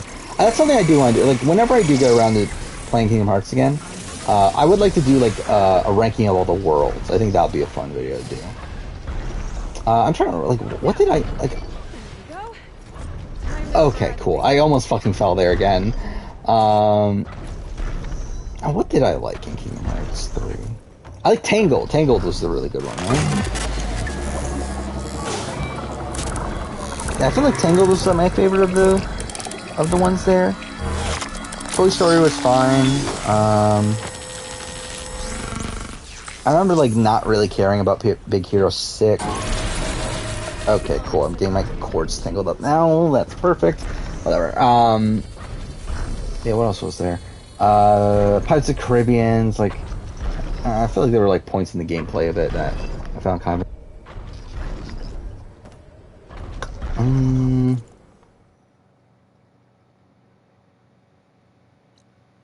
Well, Monsters Inc. That was kind of just like a whatever one too. See, I feel like it probably is. It's probably Tangled by quite a bit actually.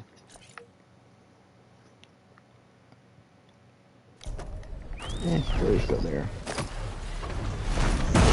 Still 4,000 away.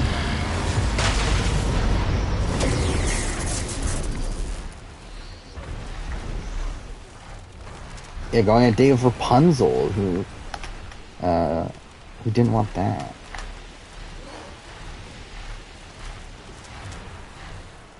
Oh yeah, I forgot about that. Yeah, The Walking Dead. They did. Yeah, I find it funny that, like, obviously we were supposed to get this Rick Grimes trilogy, and now it's been reduced to a mini-series. Which, like, dude, again, it's going to be the same length as what the trilogy would have been anyway, so it's like, realistically, it doesn't really matter that much outside, like, probably, like, smaller budget. But it is funny that, like, they, like, essentially wrote Rick out, to have him, be part of this movie trilogy, and then just, like, not actually get to make that movie trilogy.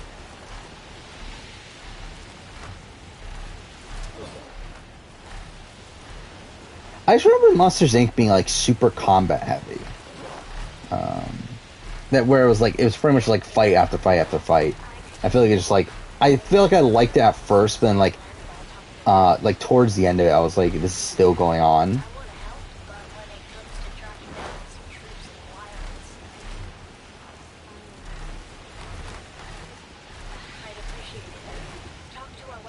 Like, why is the audio so bad then?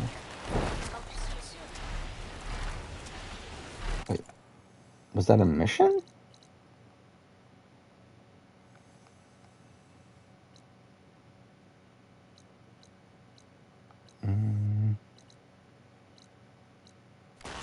Oh, whatever. Let's see this ranking. I forgot about 100 Acre Woods. Oh yeah, I mean we're ranking Twilight Town. That's the thing we're doing. We're ranking we're ranking a lot of these. I feel like a lot of these like aren't even like for me when I'm ranking the worlds of Kingdom Hearts, like I'm ranking the fucking Disney worlds. I'm not ranking fucking the random like 5 minutes that we're in the Dark World and all that other shit. Oh, fuck, I forgot about Frozen. Frozen's the worst. I forgot about Frozen. Toy Box. Like, how are you ranking Shibuya? What is this ranking? Like, what is this even a ranking of? I forgot about Olympus, too. Olympus is, like, solid. Obviously, it's, like, pretty much a solid tutorial. Play Graveyard. San Francisco's #1. Well, good for him.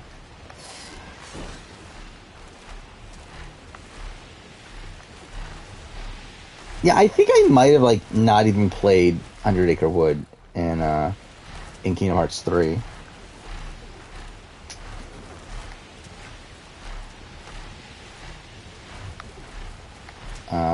And I heard it wasn't that good anyway, right? Yeah, Pirates is like a really cool one, like conceptually and everything. Whereas like Alice like takes inspiration from like Assassin's Creed 4 Black Flag. Yeah, it's like it's cool for what it is, but like I still probably like the other ones better. Wasn't there like a weird like you having to like get money section? I feel like that kind of like annoyed me. Worst world, I mean, like Atlantis comes to mind. I don't know if that's actually my answer. Actually, I want to see like a ranking of Kingdom Hearts worlds. Because I'm sure someone's already done it, right? There's no fucking way like someone hasn't already done it. Here we go. Kingdom Hearts ranking of all the worlds. Yeah, Atlantica's at the bottom. Is this from Kingdom Hearts 1? Yeah, this is only Kingdom Hearts 1. Yeah, Atlantica at the bottom. That again, that makes sense to me. Monstro. Yeah, Monstro's not great either.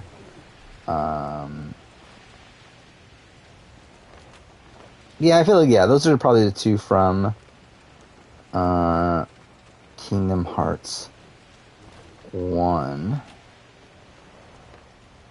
I like, are we including like Birth by Sleep and some of those? Because like there's some really like minuscule ones there. But we're just talking about like main series. Yeah, probably is Atlantica. Atlantica, really in both games. I think they're both shit in Kingdom Hearts 1 and 2. Yeah, so I think that's probably the answer.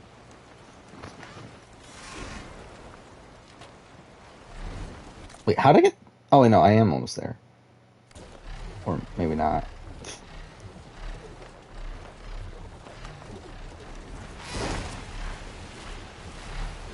If I wasn't as tired as I was, I probably would go and try to do the Aaron mission.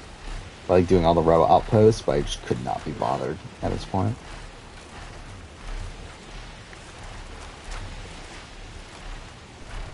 Like we'll see Moana in Kingdom Hearts 4. Yeah, that'll be cool. I mean, like, what? Yeah, I think it'll be interesting to see what worlds are there for Kingdom Hearts 4. Like, obviously, we're assuming Star Wars, right?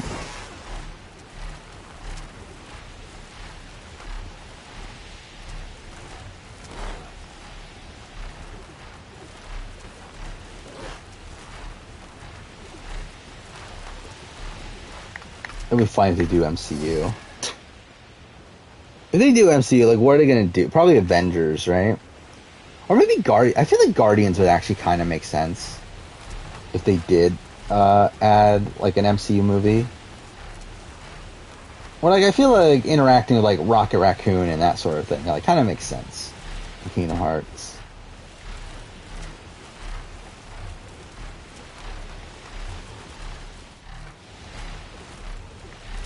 Oh, it's taking forever. I feel like Asgard is like too similar to Olympus.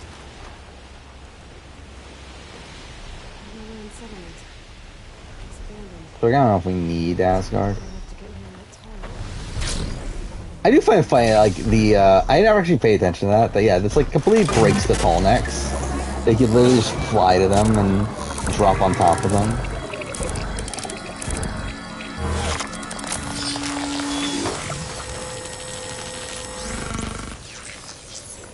Well, and then meet the Muppets. What is the Muppets? What, like, who owns the Muppets? Is that a Disney thing? I've never actually paid attention to that. Oh, yeah, I guess it is. Huh. Yeah, so that could happen. That'll be funny.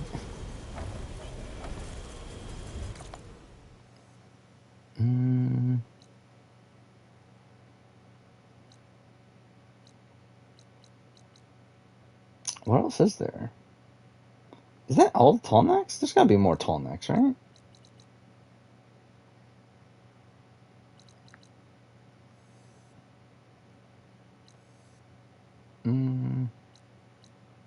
No. Like, I know there's one somewhere in here, but I don't even feel like doing that one.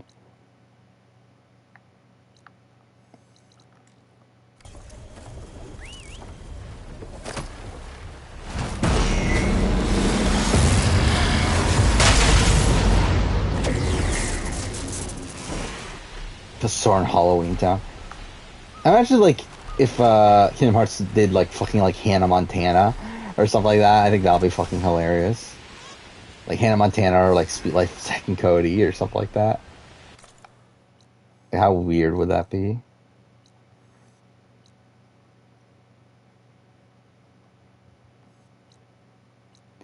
But I would like to get, like, I'm kind of waiting for Kingdom Hearts 4 at this point, but I do want to get back into Kingdom Hearts. Just because, like, I haven't played, I don't think I played any Kingdom Hearts, right? I mean, like, I played Melody of Memory for a bit, but, like, yeah, I really haven't played any Kingdom Hearts game since 3, I believe. And, like, I have, like,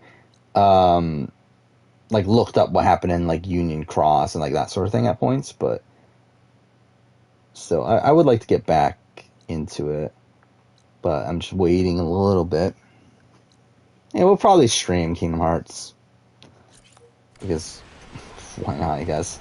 It'll probably be a disaster for Kingdom Hearts 1 and maybe 2.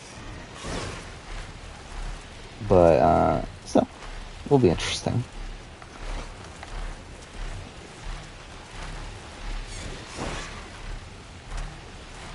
Who's top 3 on a Champions player ranking? I mean, Grandma is obviously number 1. After that, probably, like, is it Xavion 2?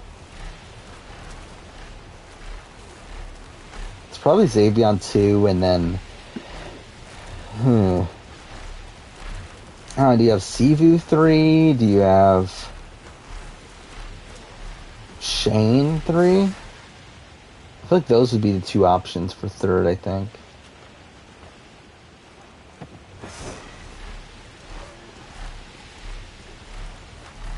Oh yeah, like, just get the most, like, random fucking,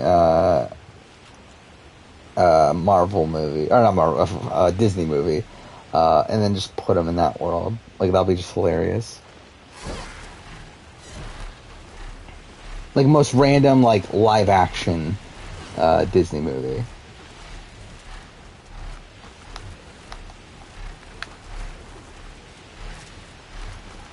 But yeah, speaking of, like, Nomura games, I've gotten a bit more into Final Fantasy VII recently. Where, so Lasers finally started playing Final Fantasy VII, so I've been watching his playthrough. And that's kind of got me back into... I want to replay 7 Remake, but also, like, I can't really on stream because, like, they block recording for part of it. And, like, if I'm going to stream from PS5. So, like, that's kind of an annoying bit of it, but I kind of want to replay 7 Remake also. But obviously also excited for Rebirth. And actually, really, like, I'll probably end up replaying 7 Remake anyway. Before Rebirth anyway, on stream. Even though I can't play through all of it. Because again, most people don't care anyway. And to be fair, like, it's really only the last, like, what, 30 minutes that's blocked? And even then, it'll be the situation where, like, you can hear me, but you won't be able to see or hear the game. Which will be dumb, but still. I feel like I'll probably still end up doing it for something like that. Like, Arkham Knight also does the same thing, which is also why I'm, like, hesitant to play Arkham Knight on stream. But then Arkham Knight does it for, like, the last, like, 2 hours of the game, which is, like, kind of dumber. I don't even know why I bothered flying here. Oh. Another SA7, but you kind of think Graham is a better player than Rob. I can see the argument. Like, I would still say Rob is better than Graham. I would say I'm probably higher on Graham than I was when I did my last player ranking, where I think I had Graham 4. Like, I think for sure Graham, Rob 1 and 2, for sure. But I would still have Rob 1. But I do think Rob... both of them still have, like, holes in their game. And to be honest, Rob's might have, like, bigger holes, But I think Rob is also like probably more like outwardly in control for more of the game. So you can fly to the Far Zenith Island, but you can't land on it, right? Oh, you can't even like enter the thing. Okay. Let's get to the outside.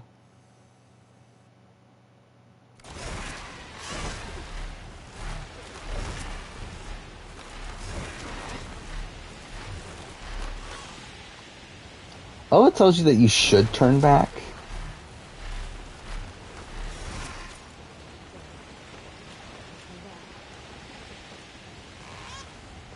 So what happens if you...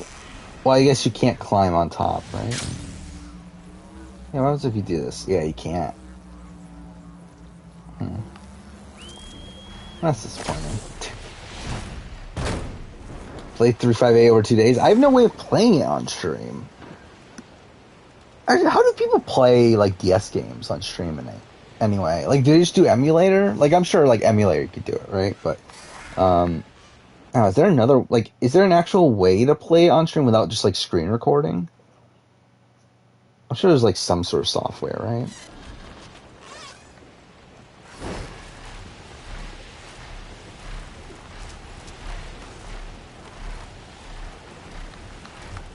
And was Rob in that much trouble in the pre-merge? It's, like, really only the first swap. And, like, even then it was, like, that's perpetuated by a swap.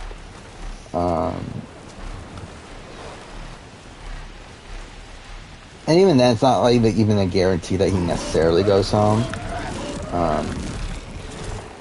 And also, he had an idol at that point too, right?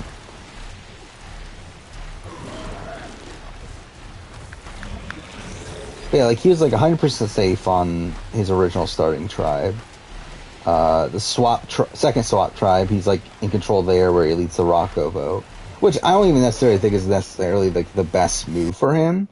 For him to get rid of a big guy like that so early on, but he's still like the one in charge over that vote.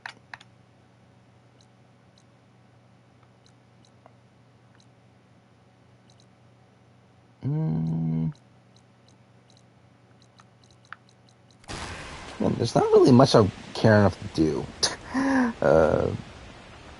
Yeah, like, I mean, when I get around to playing Kingdom Hearts on stream, I'll play the stuff that's on the collections. I'm not gonna, like, commit to finishing, like, Chain of Memories.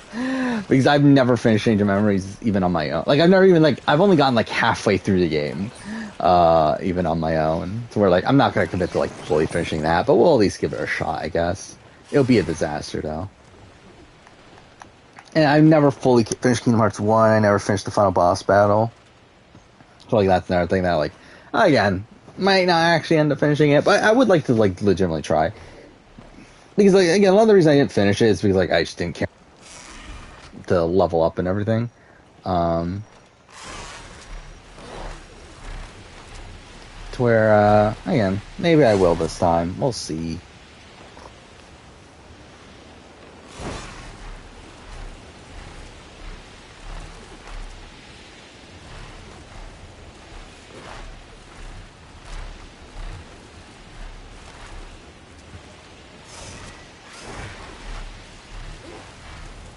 Yeah, we technically watch the movies, right? Because I'm pretty sure, like, at least from a YouTube perspective, I know they don't claim it on YouTube. Which, like, makes me think Switch should be fine. Or did I say Switch? Twitch? Like, Twitch should be fine. Like, considering Twitch is, like, a bit more lenient on copyright than YouTube. For the most part. So I think we should be good. How do you do barrel roll again? How do you do barrel roll? Oh no, I did not mean to do that. That was me being an idiot.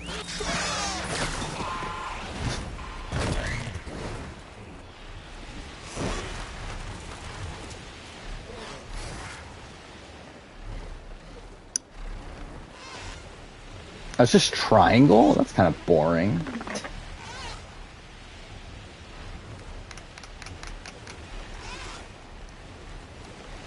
Shit, I'll make you cry again. Yeah, I mean, I think 358 over 2 days is probably like. Actually, I don't know. It is like definitely one of the more like emotional stories from Kingdom Hearts. But I guess like too for Kingdom Hearts, there's like a lot of that sort of stuff.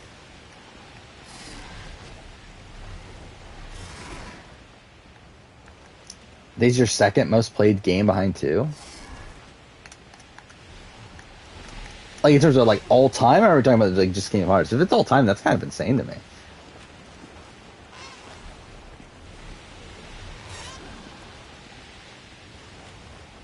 Yeah, like for me personally, I've obviously only played each game once.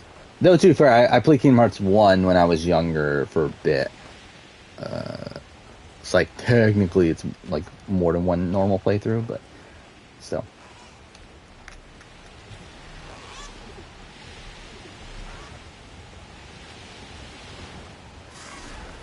Oh, speaking of getting rid of Tevin, one of the most premature moves in Forever history. Yeah. It's like it's a really bad move for him too. I mean, to be fair though, it's like also like I mean it's bad that he did it that specific round. Like at the end of the day, like if he loses the challenge, then like if they lose the next immunity challenge anyway, like they did in real life, then like it doesn't matter. He would have like been forced to pick between Tevin and Tony anyway, which at that point it's like it probably is better for him to get rid of Tevin at that point. But yeah, like at 4, it was definitely like a pretty bad move. And when that like showed the other Mindanaos that like they aren't to be trusted, that like PK and Tony aren't to be trusted. But like I mean like I don't know how much of a factor it really plays in the grand scheme of things. Where like based on how the challenges played out anyway, he still would have came into the merge down in numbers. You don't replay games often. You've played Kingdom Hearts 2 in days a ton. Yeah, so that's probably it. I mean, like I guess like for me, it's like I've played the Assassin's Creed games like 1 billion times, which is why like a lot of those are like some of the most played games.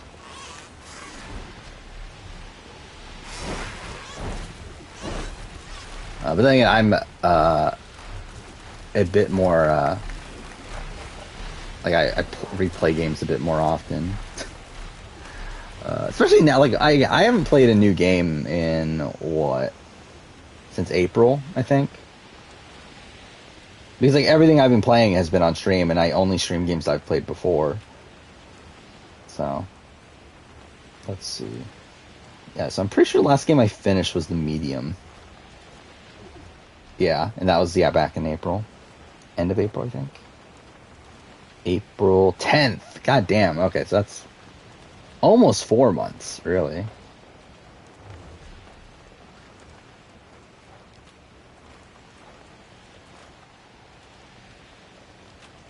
Yeah, it's funny looking back at like, yeah. So since my first playthrough of Horizon. Oh wait, I'm already on the other side. Oh no, I just like, okay. So I literally like flew from there to there. Now let's just go straight. Yeah, since Horizon's come out, I've only finished like a couple games after that. I forgot I played Little Nightmares too. Oh yeah, I never did do the Kasane playthrough of Scarlet Nexus. Kind of forgot about that. Because at this point, I probably won't for a while.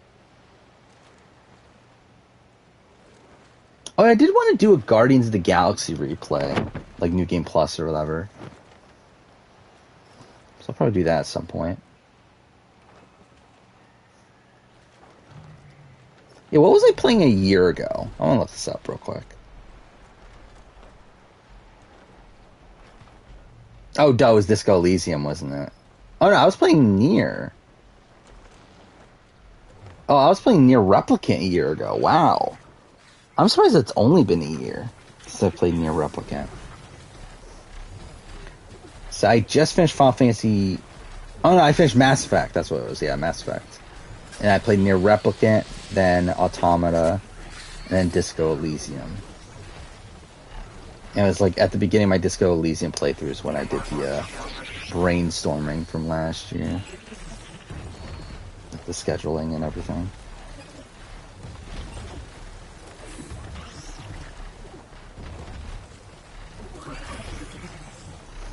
I really don't understand it. I think he just got bored and wanted to make a move. Yeah, I think that definitely played a part of it. I think he also just thought like Tevin was a threat, and that he should get rid of him now. Which is like, again, like didn't need to get rid of him right there. But again, like I think if it came down to the three, and he had to choose between Tevin and Tony, I do think Tony is probably the better option for him. In terms of like Tony having like more connections with the other side. But again, like also like, yeah, Tevin would have been a bigger threat though. It's like I think Tevin, while I think there's a world where like Tevin and Werner like decide to work together, like I don't think that's actually probably what happens. I think Werner probably just targets Tevin. And then PK's probably just in the same spot anyway. Like, really, I think by that point, like, PK was, like, kind of screwed either way, but he definitely made a move that was, like, really suboptimal for his game. Nomura really had the guts to say every game in this series aimed at kids will have a really downer ending.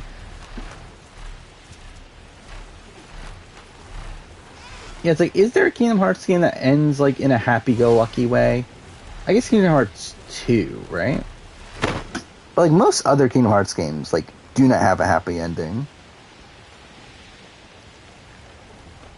It's like, even Kingdom Hearts 1, it's, like, sort of gets separated from Kairi and them. And Kingdom Hearts 2 has a kind of happy ending. But, yeah, like, Birth by Sleep, obviously, is a tragedy. Through Fairy over 2 days is a tragedy. Kingdom Hearts 3 again, like, has a mostly happy ending until the you find out that Sora's quote unquote dead. Someone on Reddit had someone had an idea on Reddit that for the series they should make Shepherd twins.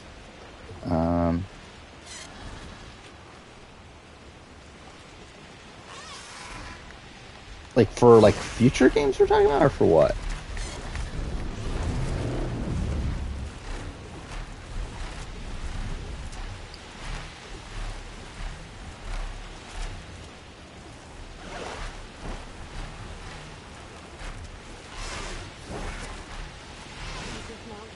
I forgot about this area. Where am I? Oh, I'm back at full. Wait, wasn't I at Falls Edge before? Wait. So I did I like? So I flew like all the way down here, just to go here, just to go all the way over there somehow, and then now I'm back here. Whatever. Oh, for Amazon series? I forgot that was happening. Yeah, there is a TV series, isn't there?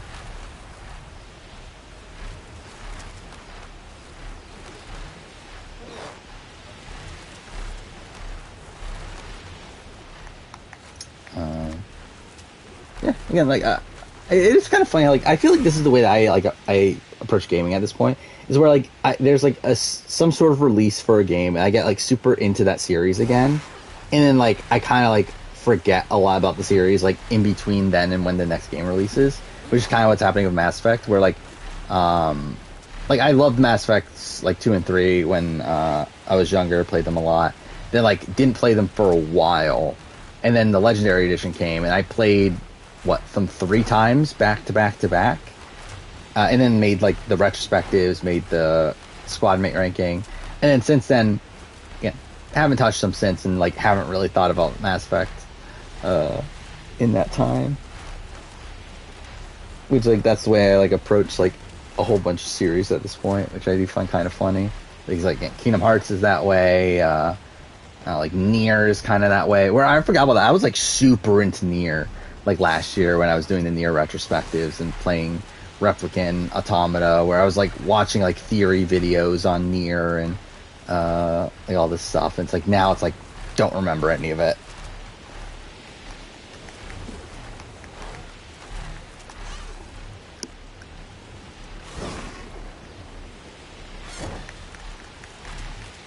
With the Arkham games, yeah, I personally like never got like that much into the Arkham games. Like I've played them each twice. Actually, I think City I played 3 times. Yeah, like I like them, but like I've never like had this like big attachment to them either.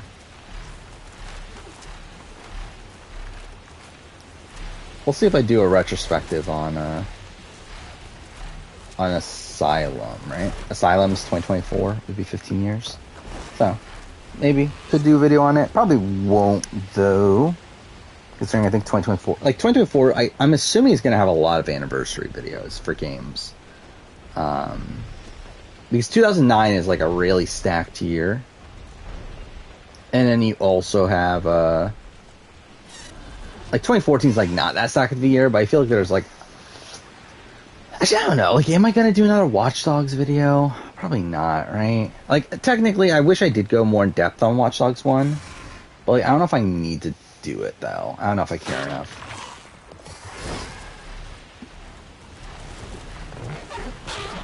I don't know. What else is 2014? Oh, yeah, that's the thing. Like, Arkham Knight... Arkham Knight would be definitively my favorite Arkham game if it wasn't for the, for like how much you're forced to use the Batmobile, and like especially like the tank section. Like that one boss battle where like I forgot the thing that you're actually fighting against, but where you're just like roaming around the streets and have to like sneak up on it, and like that's just so fucking annoying. I just hate that section so much.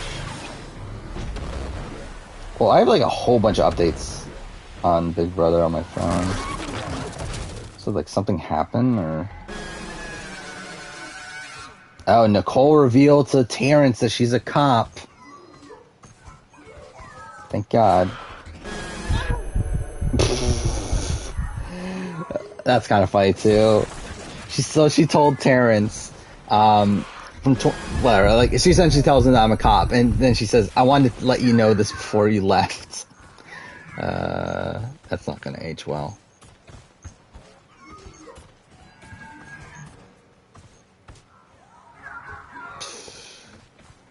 That's also funny too. Nicole's talking about, like, said that she's that they're all bullshitters. They all don't know how to lie. It's like they're lying to your face.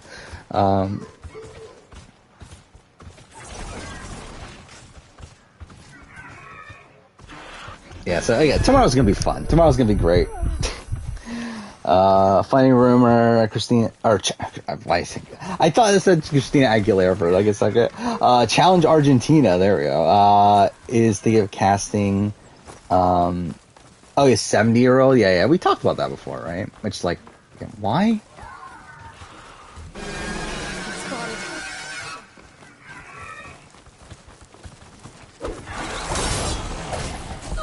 Where am I? Where am I on the map? Oh.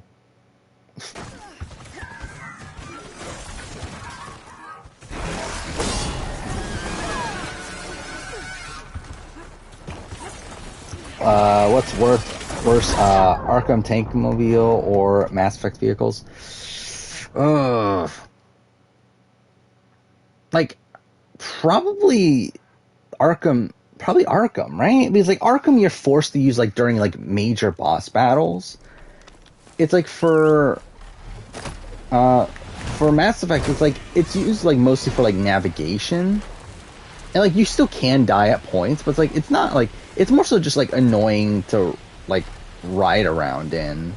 While like Arkham's like annoying to ride around in, and also like annoying that you have to use it like as actual like a main thing during combat. I don't know.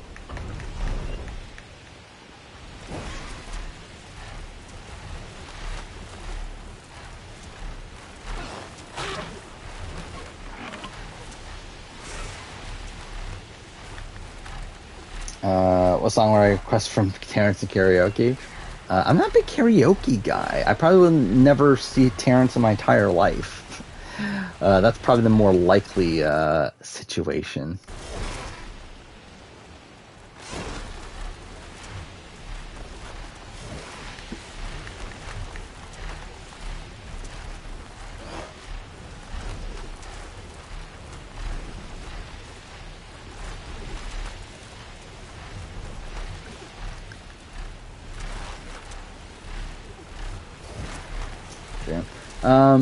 I think I'm gonna probably wind things down. I'll be honest, I'm pretty fucking tired. And too fair, actually, it's almost like 2:45, right? We're almost at 3 o'clock anyway. But anyway, so what do we got going on? So we obviously have essay tomorrow.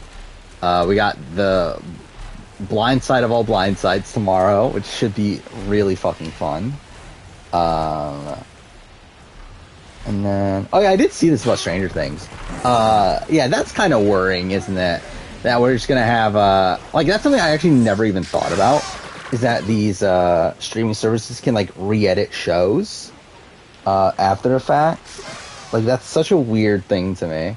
Because, like, I mean, like, Star Wars has done this with, like, all its, like, future releases.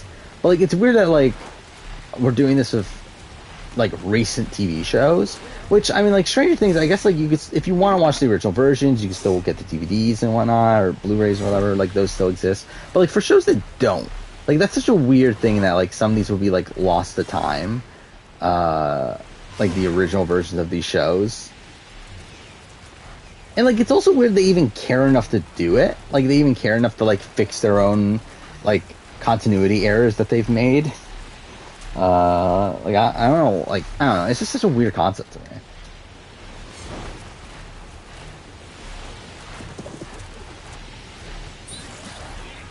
But yeah, I don't know what we're gonna stream next. See, I probably won't be back till Sunday. Yeah, again, like, I really want to get these videos edited, and then, like, also, like, something that's gonna slow the process down is that, like, next week I need to make the mid-season power ranking. Also, like, I'm gonna have to probably start work on the essay review pretty soon. But yeah, I want to get these videos edited. I just want to get them done. I've been working on this batch of videos since February, which is, like, kind of ridiculous to think about. So I just want to get it done. So again, I'll probably won't do any extra streams until that's done. But I imagine if they do redo the fucking Game of Thrones ending. Like, I mean, what could go wrong? I mean, it could only get worse. Or it can only get better. I'm a fucking idiot. It can only get better from what they've done, so it's like, whatever. I think there's still potential for Tevin and Seamus. I think Tevin, there is. I think Tevin's, like, has, like, I used to still think his first time around, like, him being booted where he was like, kind of a fluke. This time, like, I think, one, he's coming in with this perception as this, like, really schemy player, and then, like, even when he's taken out, what, a 5-4 vote with an idol in his pocket. Like, I still don't think he's, like, that, like, I think he's still, like, a solid player, but just, like, has never really been able to get the opportunity to really showcase that. I think it's kind of like a Varner situation. Just not being as terrible of a person, maybe. But yeah, I still think there's, like, potential in Tevin. Seamus, ooh, I don't know. Like, I think Seamus's flaws are, like, a bit more deep to me.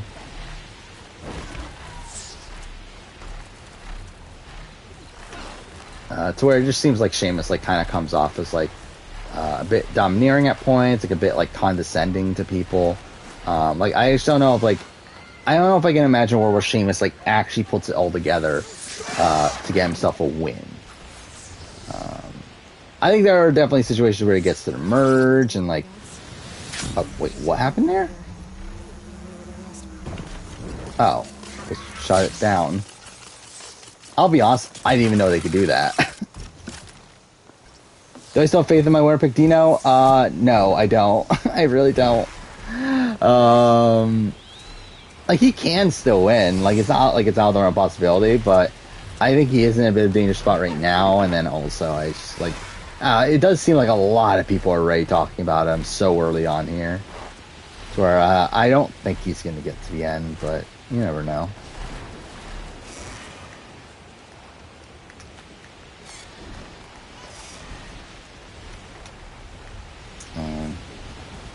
Yeah. So, yeah, by next time we stream, we'll have new HOH.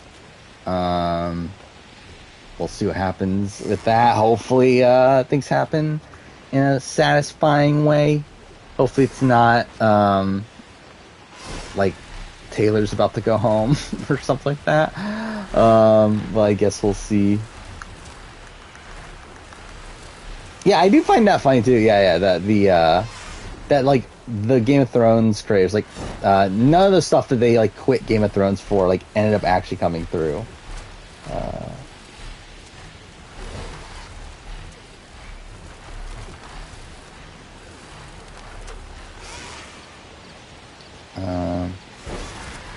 Yeah, again, I think that's pretty much it, right? Just Big Brother and one more episode of SA. I think that's about it till the next time I stream. And then after that, again, like, it's weird, like, there's so much shit going on now between Sundays and Wednesdays.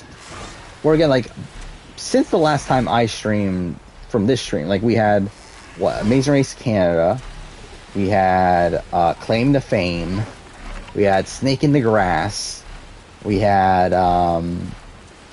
3 episodes of Survivor SA, we had Big Brother, we had Challenge USA. It's like there's simply like too much going on at this point. But it's kind of funny how like it's almost all like within like the Monday through Thursday stretch, where like there's almost nothing going on Friday, Saturday, Sunday.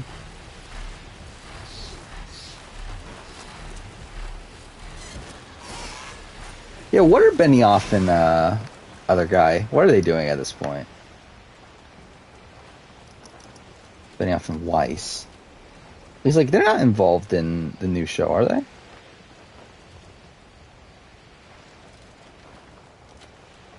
Yeah, they're not.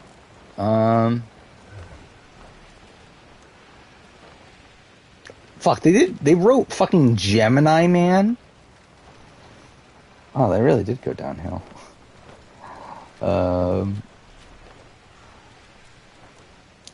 And one was married to Amanda Peet, right? Yeah. Good for him. Yeah,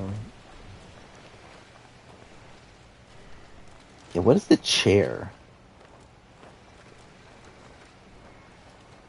Okay, I have no clue what that is. But that's supposed to be something they did. The 3 body problem? What is that? Well, they're doing a lot of like Netflix things now.